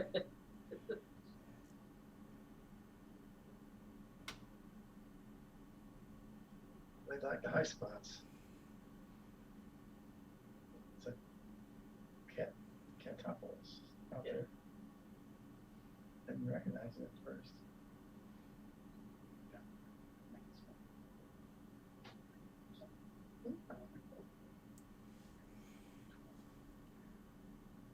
Well, that's right. Nobody's trying to go to sleep or anything.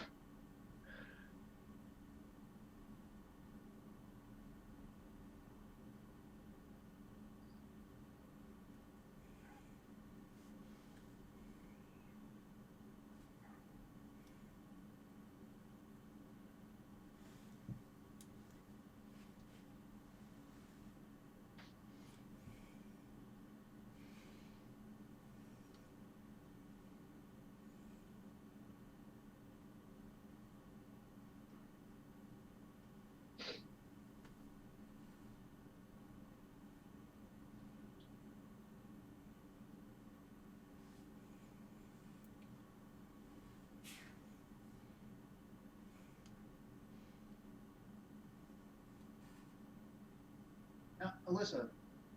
Yeah. Did you ever actually meet Gary? No, unfortunately not. Yeah, we didn't either. Just curious. That actually surprises me. Well, we didn't get into the convention scene until later on. Ah, that makes sense. Well, you see, I'm actually in the same boat as you. I mean, I actually only started going to conventions much more recently.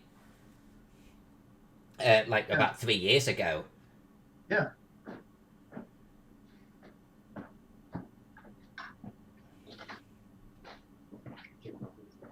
When I think about the influence that this guy had on my life, because I've been role playing since, the early '80s, and it's something that has obviously followed me through school. It's shaped the friends that I've had.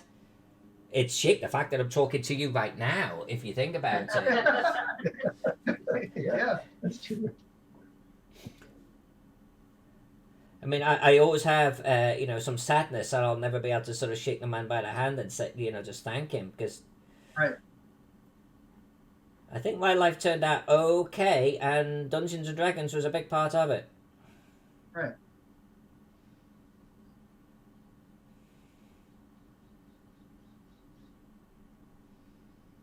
Yeah, I have to agree. When I think of the wonderful people I've met, and it's really thanks to him that brought us all together. Right.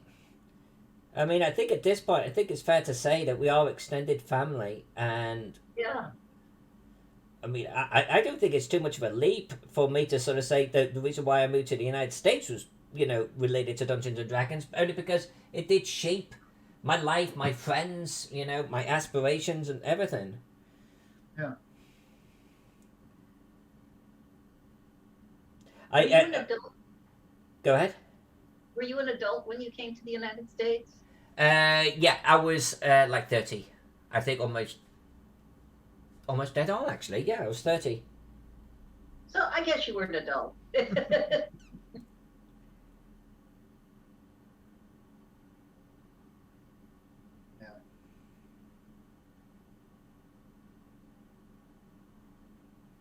Yeah, just like you said. I mean, I remember when my dad first showed me and my brother in Dungeons and Dragons. I guess back in 2000.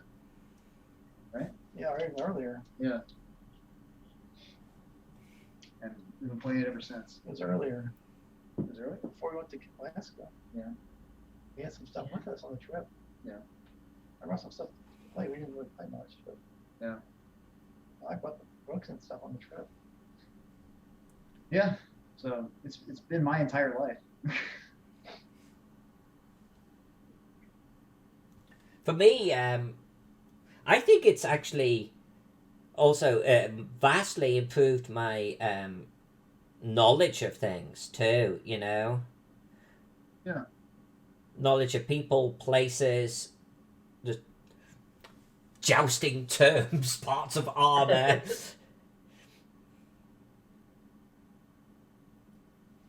All the different names for pole arms. Yeah, exactly. Yes. Exactly that. Oh, man.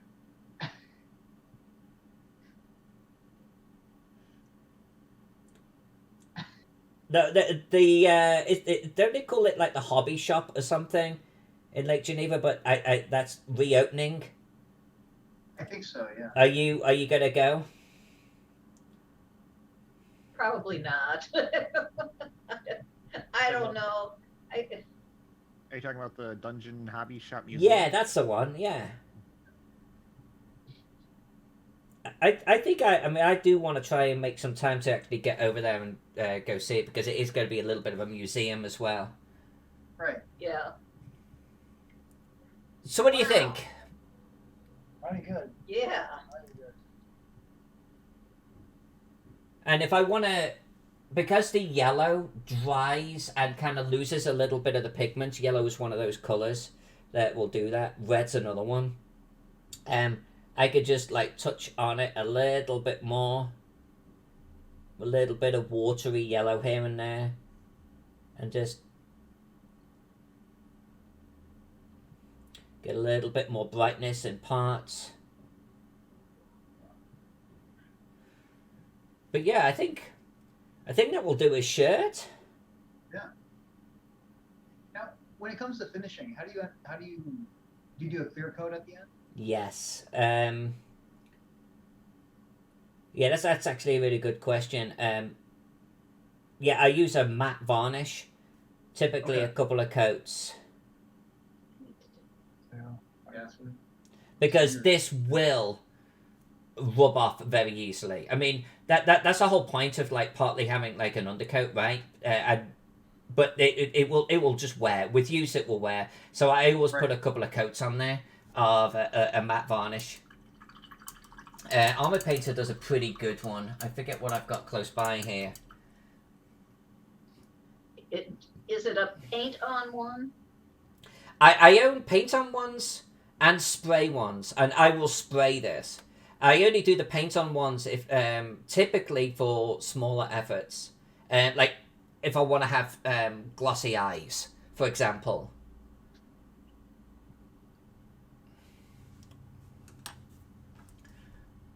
I think that came out okay. I think we're okay with that. Shall we? Let's do the DMG. Heck yeah. All right, so we're gonna move this to one side. Let's bring this into shot. Let's do. I'm gonna do the front first, and then you can help me with the back there. There we go. Let me know when. Now, painting this again, it's. I mean, if you look at the little tiny area we've got, we don't have to get every single thing. But nor do we have to. We just need the insinuation. There is a stroke of yellow in the top. I'm going to get this red figure painted here. Then we're going to get a white and a grey, and we're going to just stroke the insinuation of that little sword across. And we'll paint a little shield down here. It'll probably be just a little tiny dot, but we can do that. And we'll get a little bit of blue on the front here, and we'll get something that looks appropriate. You'll know what it's meant to be. Right. So let's start with the red.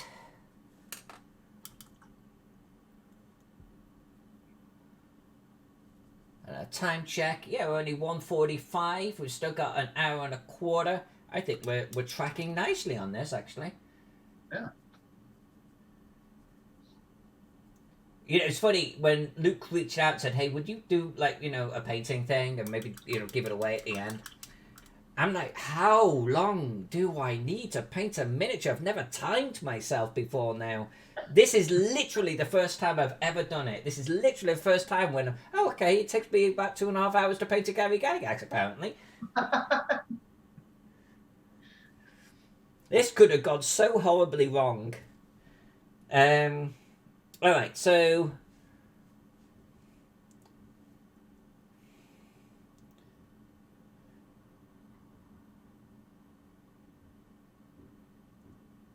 And again, any mess ups that we do, doesn't matter. It's black. We'll just touch it up, paint over it.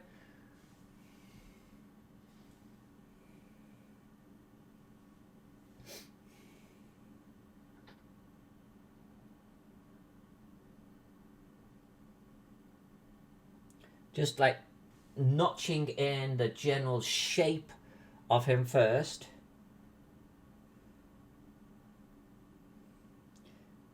A lot of people have done this miniature with decals.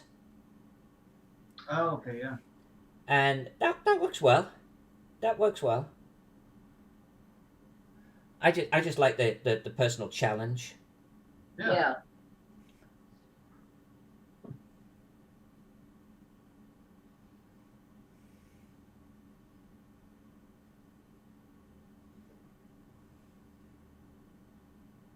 Can you see this okay? Yeah. Yeah. Oh, yeah. Oh, good.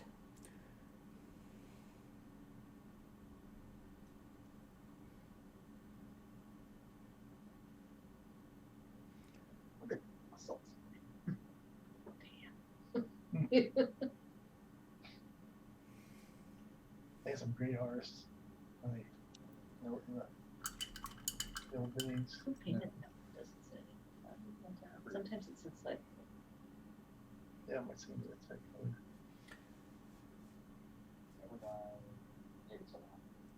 Oh, he did a lot of good ones.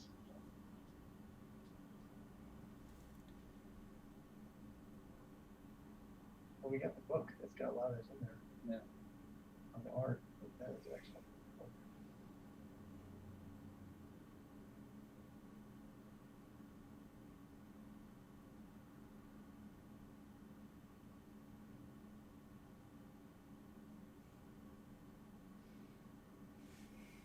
It's funny how there's that little tiny stroke of yellow actually starts to, I think, define the actual book you're looking at. You go, okay, I know what I'm looking at here. Right. Oh, you're right. It's almost subconscious, you know? Just a few key things, and all of a sudden it just really stands out. It's amazing how she does it. No, it's just amazing. It's got to be years of experience.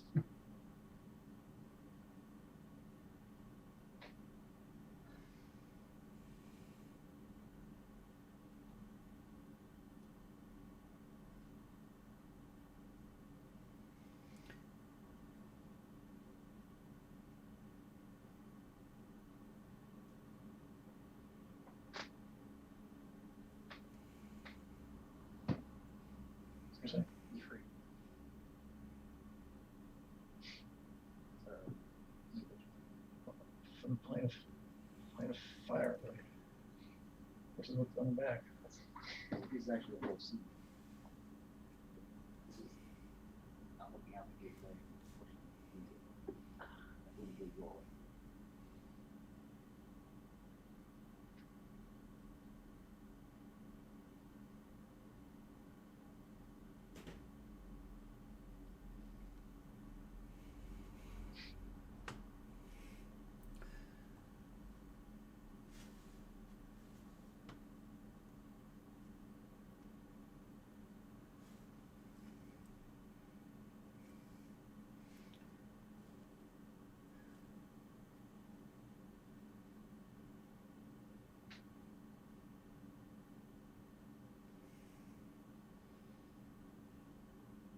So of the original artists, do you have a favorite?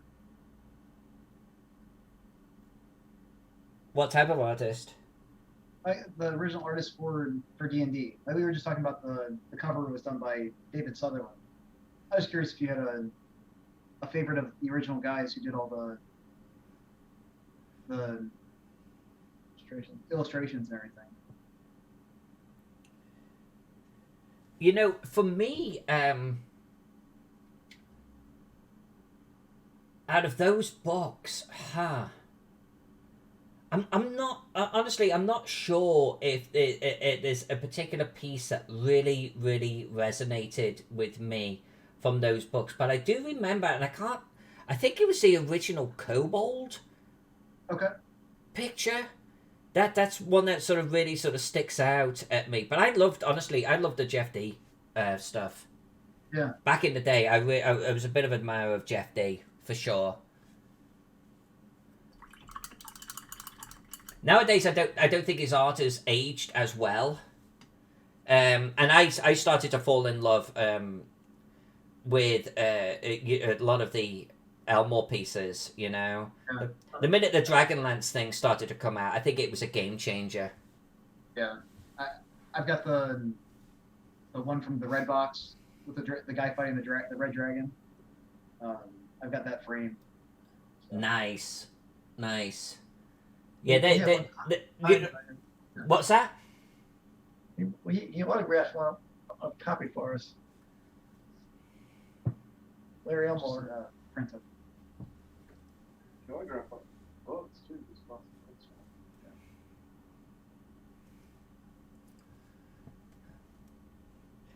I actually so there was an artist called Chris. I'm gonna butcher his last name. I always thought he was called Chris Achilles. Okay. And I don't think he ever did anything for the role playing universe, but he did an incredible one called like Amazon or something like that. And I fell in love with it. I absolutely fell in love with it. This is predating internet days and things like that. Yeah. But I did have the good fortune, like when the internet came out, and I had actually he's English, and I had moved to the States. I do remember going, wow, actually, there's an email address. I could actually just like contact him if I wanted to, and I did, and I told him how much I loved this particular piece. Ended up buying it from him. You know, it was. I think he's the one that did the art for the movie poster for Heavy Metal, if I'm right. Oh, wow. I think you're right. I think you're right. Oh, Nice.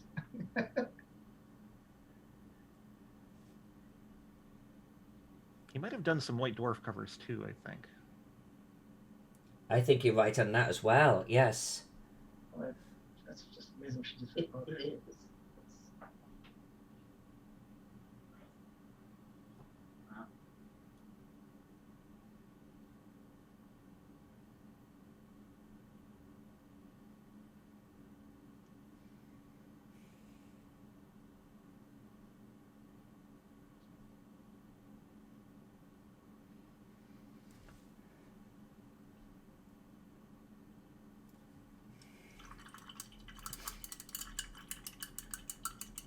I think at this scale, something like this little book cover here It's more about like getting little, it's almost like little tiny pixels. They're just little dots sort of arranged in a way where the brain starts to fill in the gaps, you know, and it just recognizes it for what it is versus getting it absolutely print equivalent.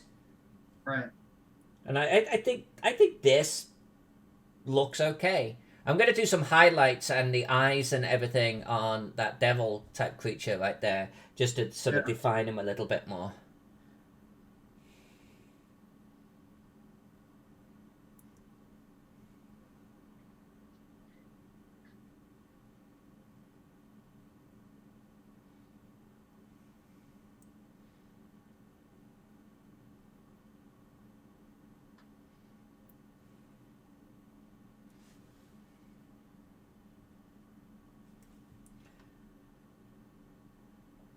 Careful dot. Yeah, okay. That works.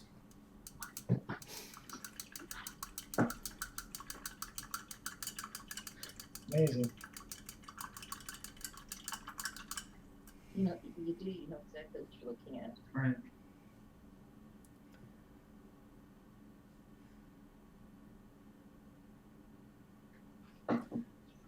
Okay, so let's get a little bit of red. We'll get a little bit of white. Mix up a soft pink here, which I will use a little bit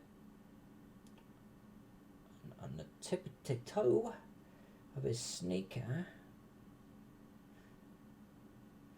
But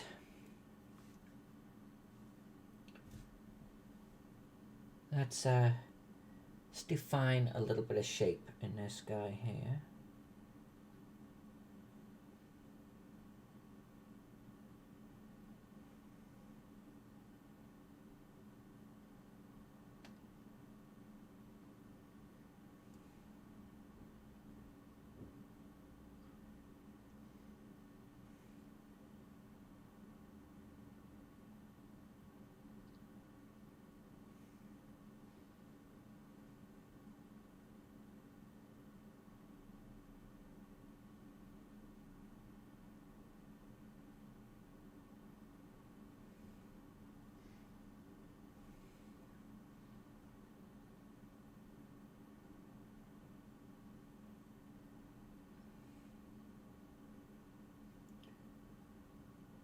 You might have noticed too that I've actually only used something like 3 brushes this entire time, and I haven't broken out any of those super fine ones. Yeah. Back to the original, you know, point at the beginning, it's like just a good medium brush with a nice fine tip. It'll carry you a long way. And this has been my staple for today, right here.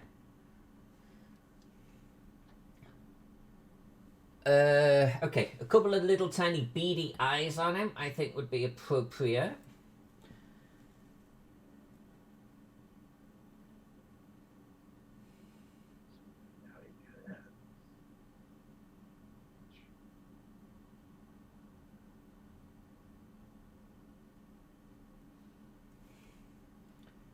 You probably can't even see that. 2 very, very tiny little dots.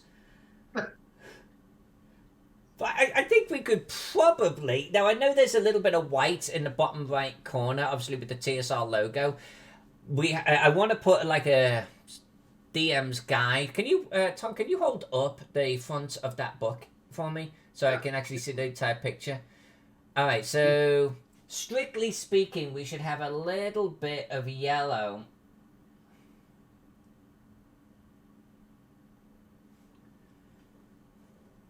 across the top here.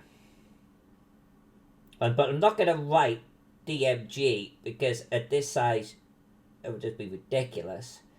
But I am going to do something like that, I think. God, it's barely legible. Alright, so show me the back of that book again. Sure. Alright, so it's kind of what... green at the top, orange at the bottom. It's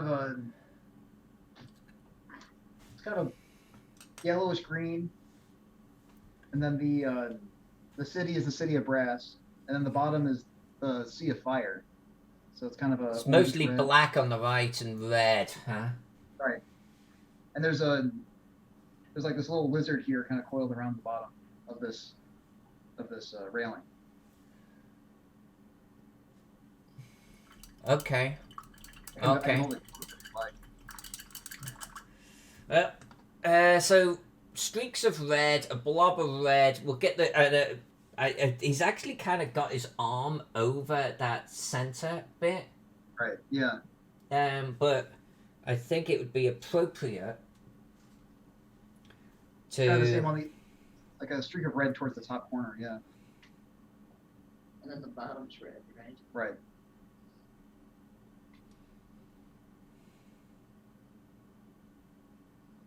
She's so accurate. I know. Alright, so I've got these little streaks of red.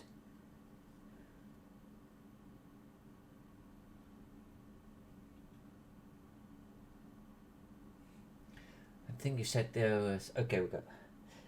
It's like a sea of fire. I didn't know City of Brass was from back then. Yeah.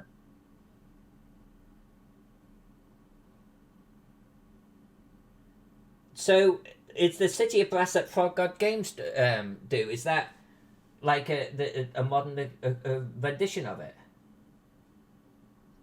I guess so. I would say so, yeah. I don't honestly know. I'm not familiar with theirs. Yeah, we played it with Casey Right.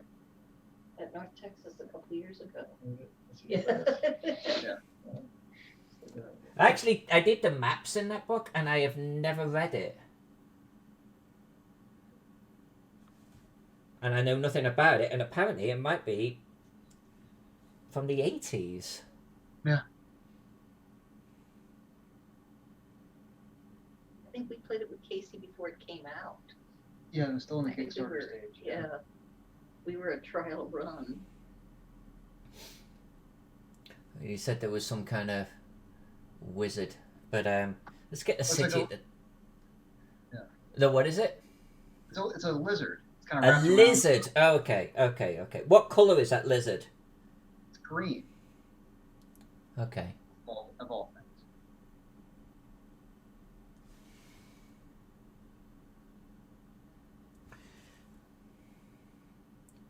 You know, I vowed not to use the back of my hand like this because it's. But when I paint small details, I just find it so handy. Handy. You see what I did there? Nice.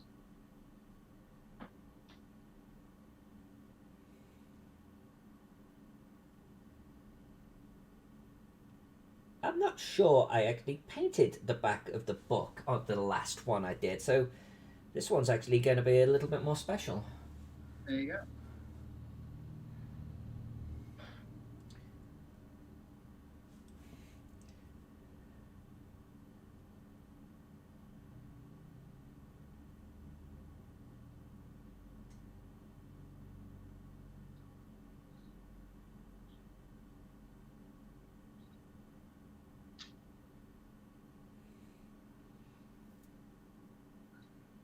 I think it's close enough.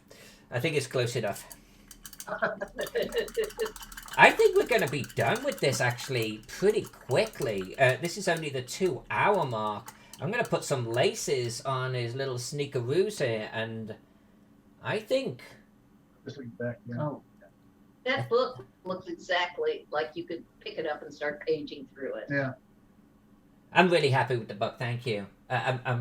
There's a lot of pressure, actually, when you're doing something like this that I actually wasn't expecting. And it's like, oh my god, I could so screw... and like really mess something up. But this has gone well. This has gone well.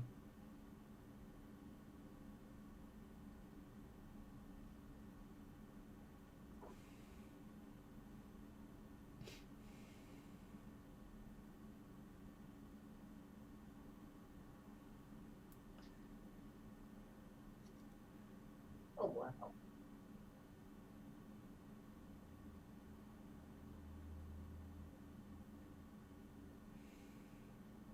Yeah, I think that looks good. Yeah. I think we might be done with this, folks. Anything more I start doing would be just like, for the sake of doing it.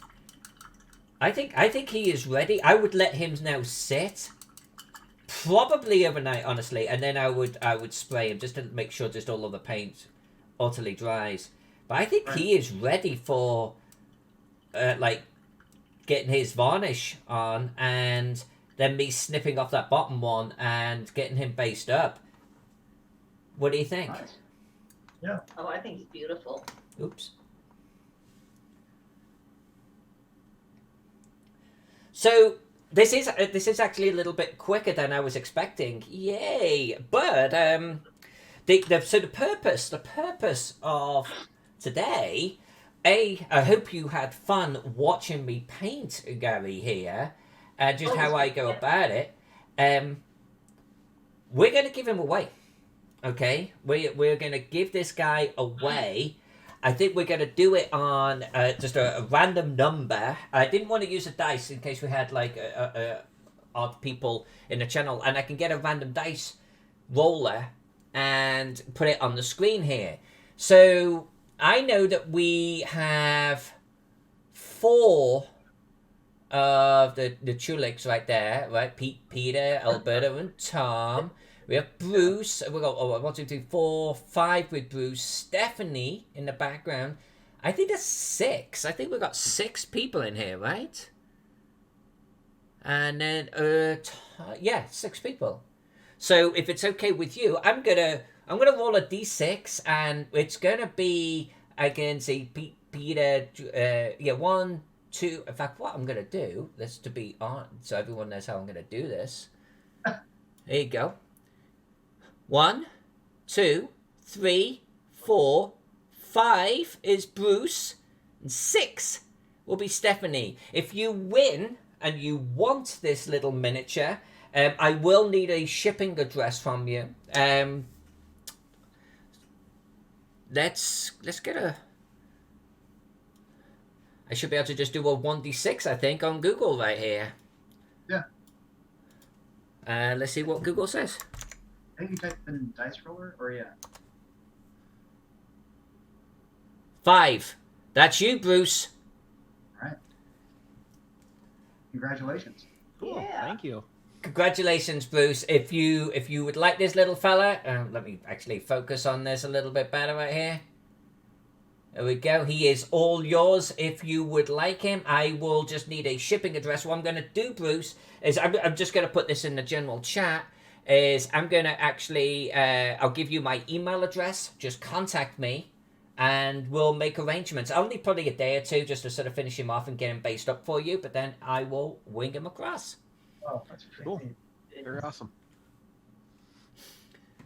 Now we've got to figure out how to actually put it in the chat, where my chat is. Where is the chat when I'm sharing a screen like this? Oh, there we go. There we go. Oh, you gave me a link before. No, okay. Yeah, I threw that in there a little bit earlier.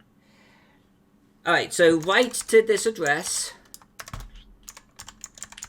anytime, and we will get him winging over to you. Cool. Thank you. So that ended an hour earlier. Hopefully that's okay. But is there any questions that you've got for me? The spray varnish that you use, any particular kind? No.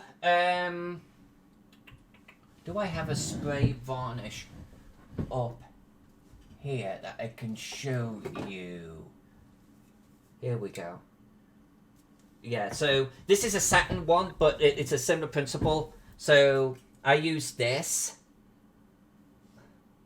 It's an archival varnish. Okay. What would you would you use on Gary? I'll put it honestly. This. There's an army painter one that is really good. But I tend to use this golden one. Okay. Okay. I can't point. There was one that I want to say I want to steer you away from, and I can't for the life of me remember what it was, because it was a while ago, and it ruined the miniature. It almost had a slight opaqueness to it, but this is fine. This is what I'm going to use on this Gary right here. It's also okay to do a satin or even a gloss, as long as you come back over with a matte, because the satin or the gloss will actually have a little bit more resilience to them. And then when you spray it matte, the whole thing goes matte again. But you'll actually get more handling resistance. Okay. That's good to know. Yeah. I think the spray you're talking about might be. I've heard that the Games Workshop, I think it's Purity Seal or something, that if you don't have just like the perfect weather conditions, it'll frost your fig and. Yes, it was exactly Games Workshop. You've been actually a font of knowledge today. It was Games Workshop, because I was like, Games Workshop, that's going to be good. No, it wasn't. Because you're right. I mean, even if the weather's too humid, spraying can be just bad anyway. But yeah, the Games Workshop one I thought the conditions were pretty good, and apparently it wasn't. Yeah, I think I bought a can of that one time, and then I read that online. I'm like, I hadn't even used it. And I'm like, I don't want to waste the money, but I don't want to waste the miniature either. So yeah. Right. Well, if there's no other questions, I can actually just let you go. Apparently it takes me 2 hours or so to paint a mini. Nice. Well, it was fantastic. Thank you so much. This was great. I really appreciate all of you popping in. I really, really do. And thank you for giving me an opportunity to paint on camera with you all and to hang out with you. Great seeing you. it was great. All right. Thank you all. And Bruce, contact me and we'll get him winging over to you. Okay, cool. Sounds good. All right. Bye. Bye.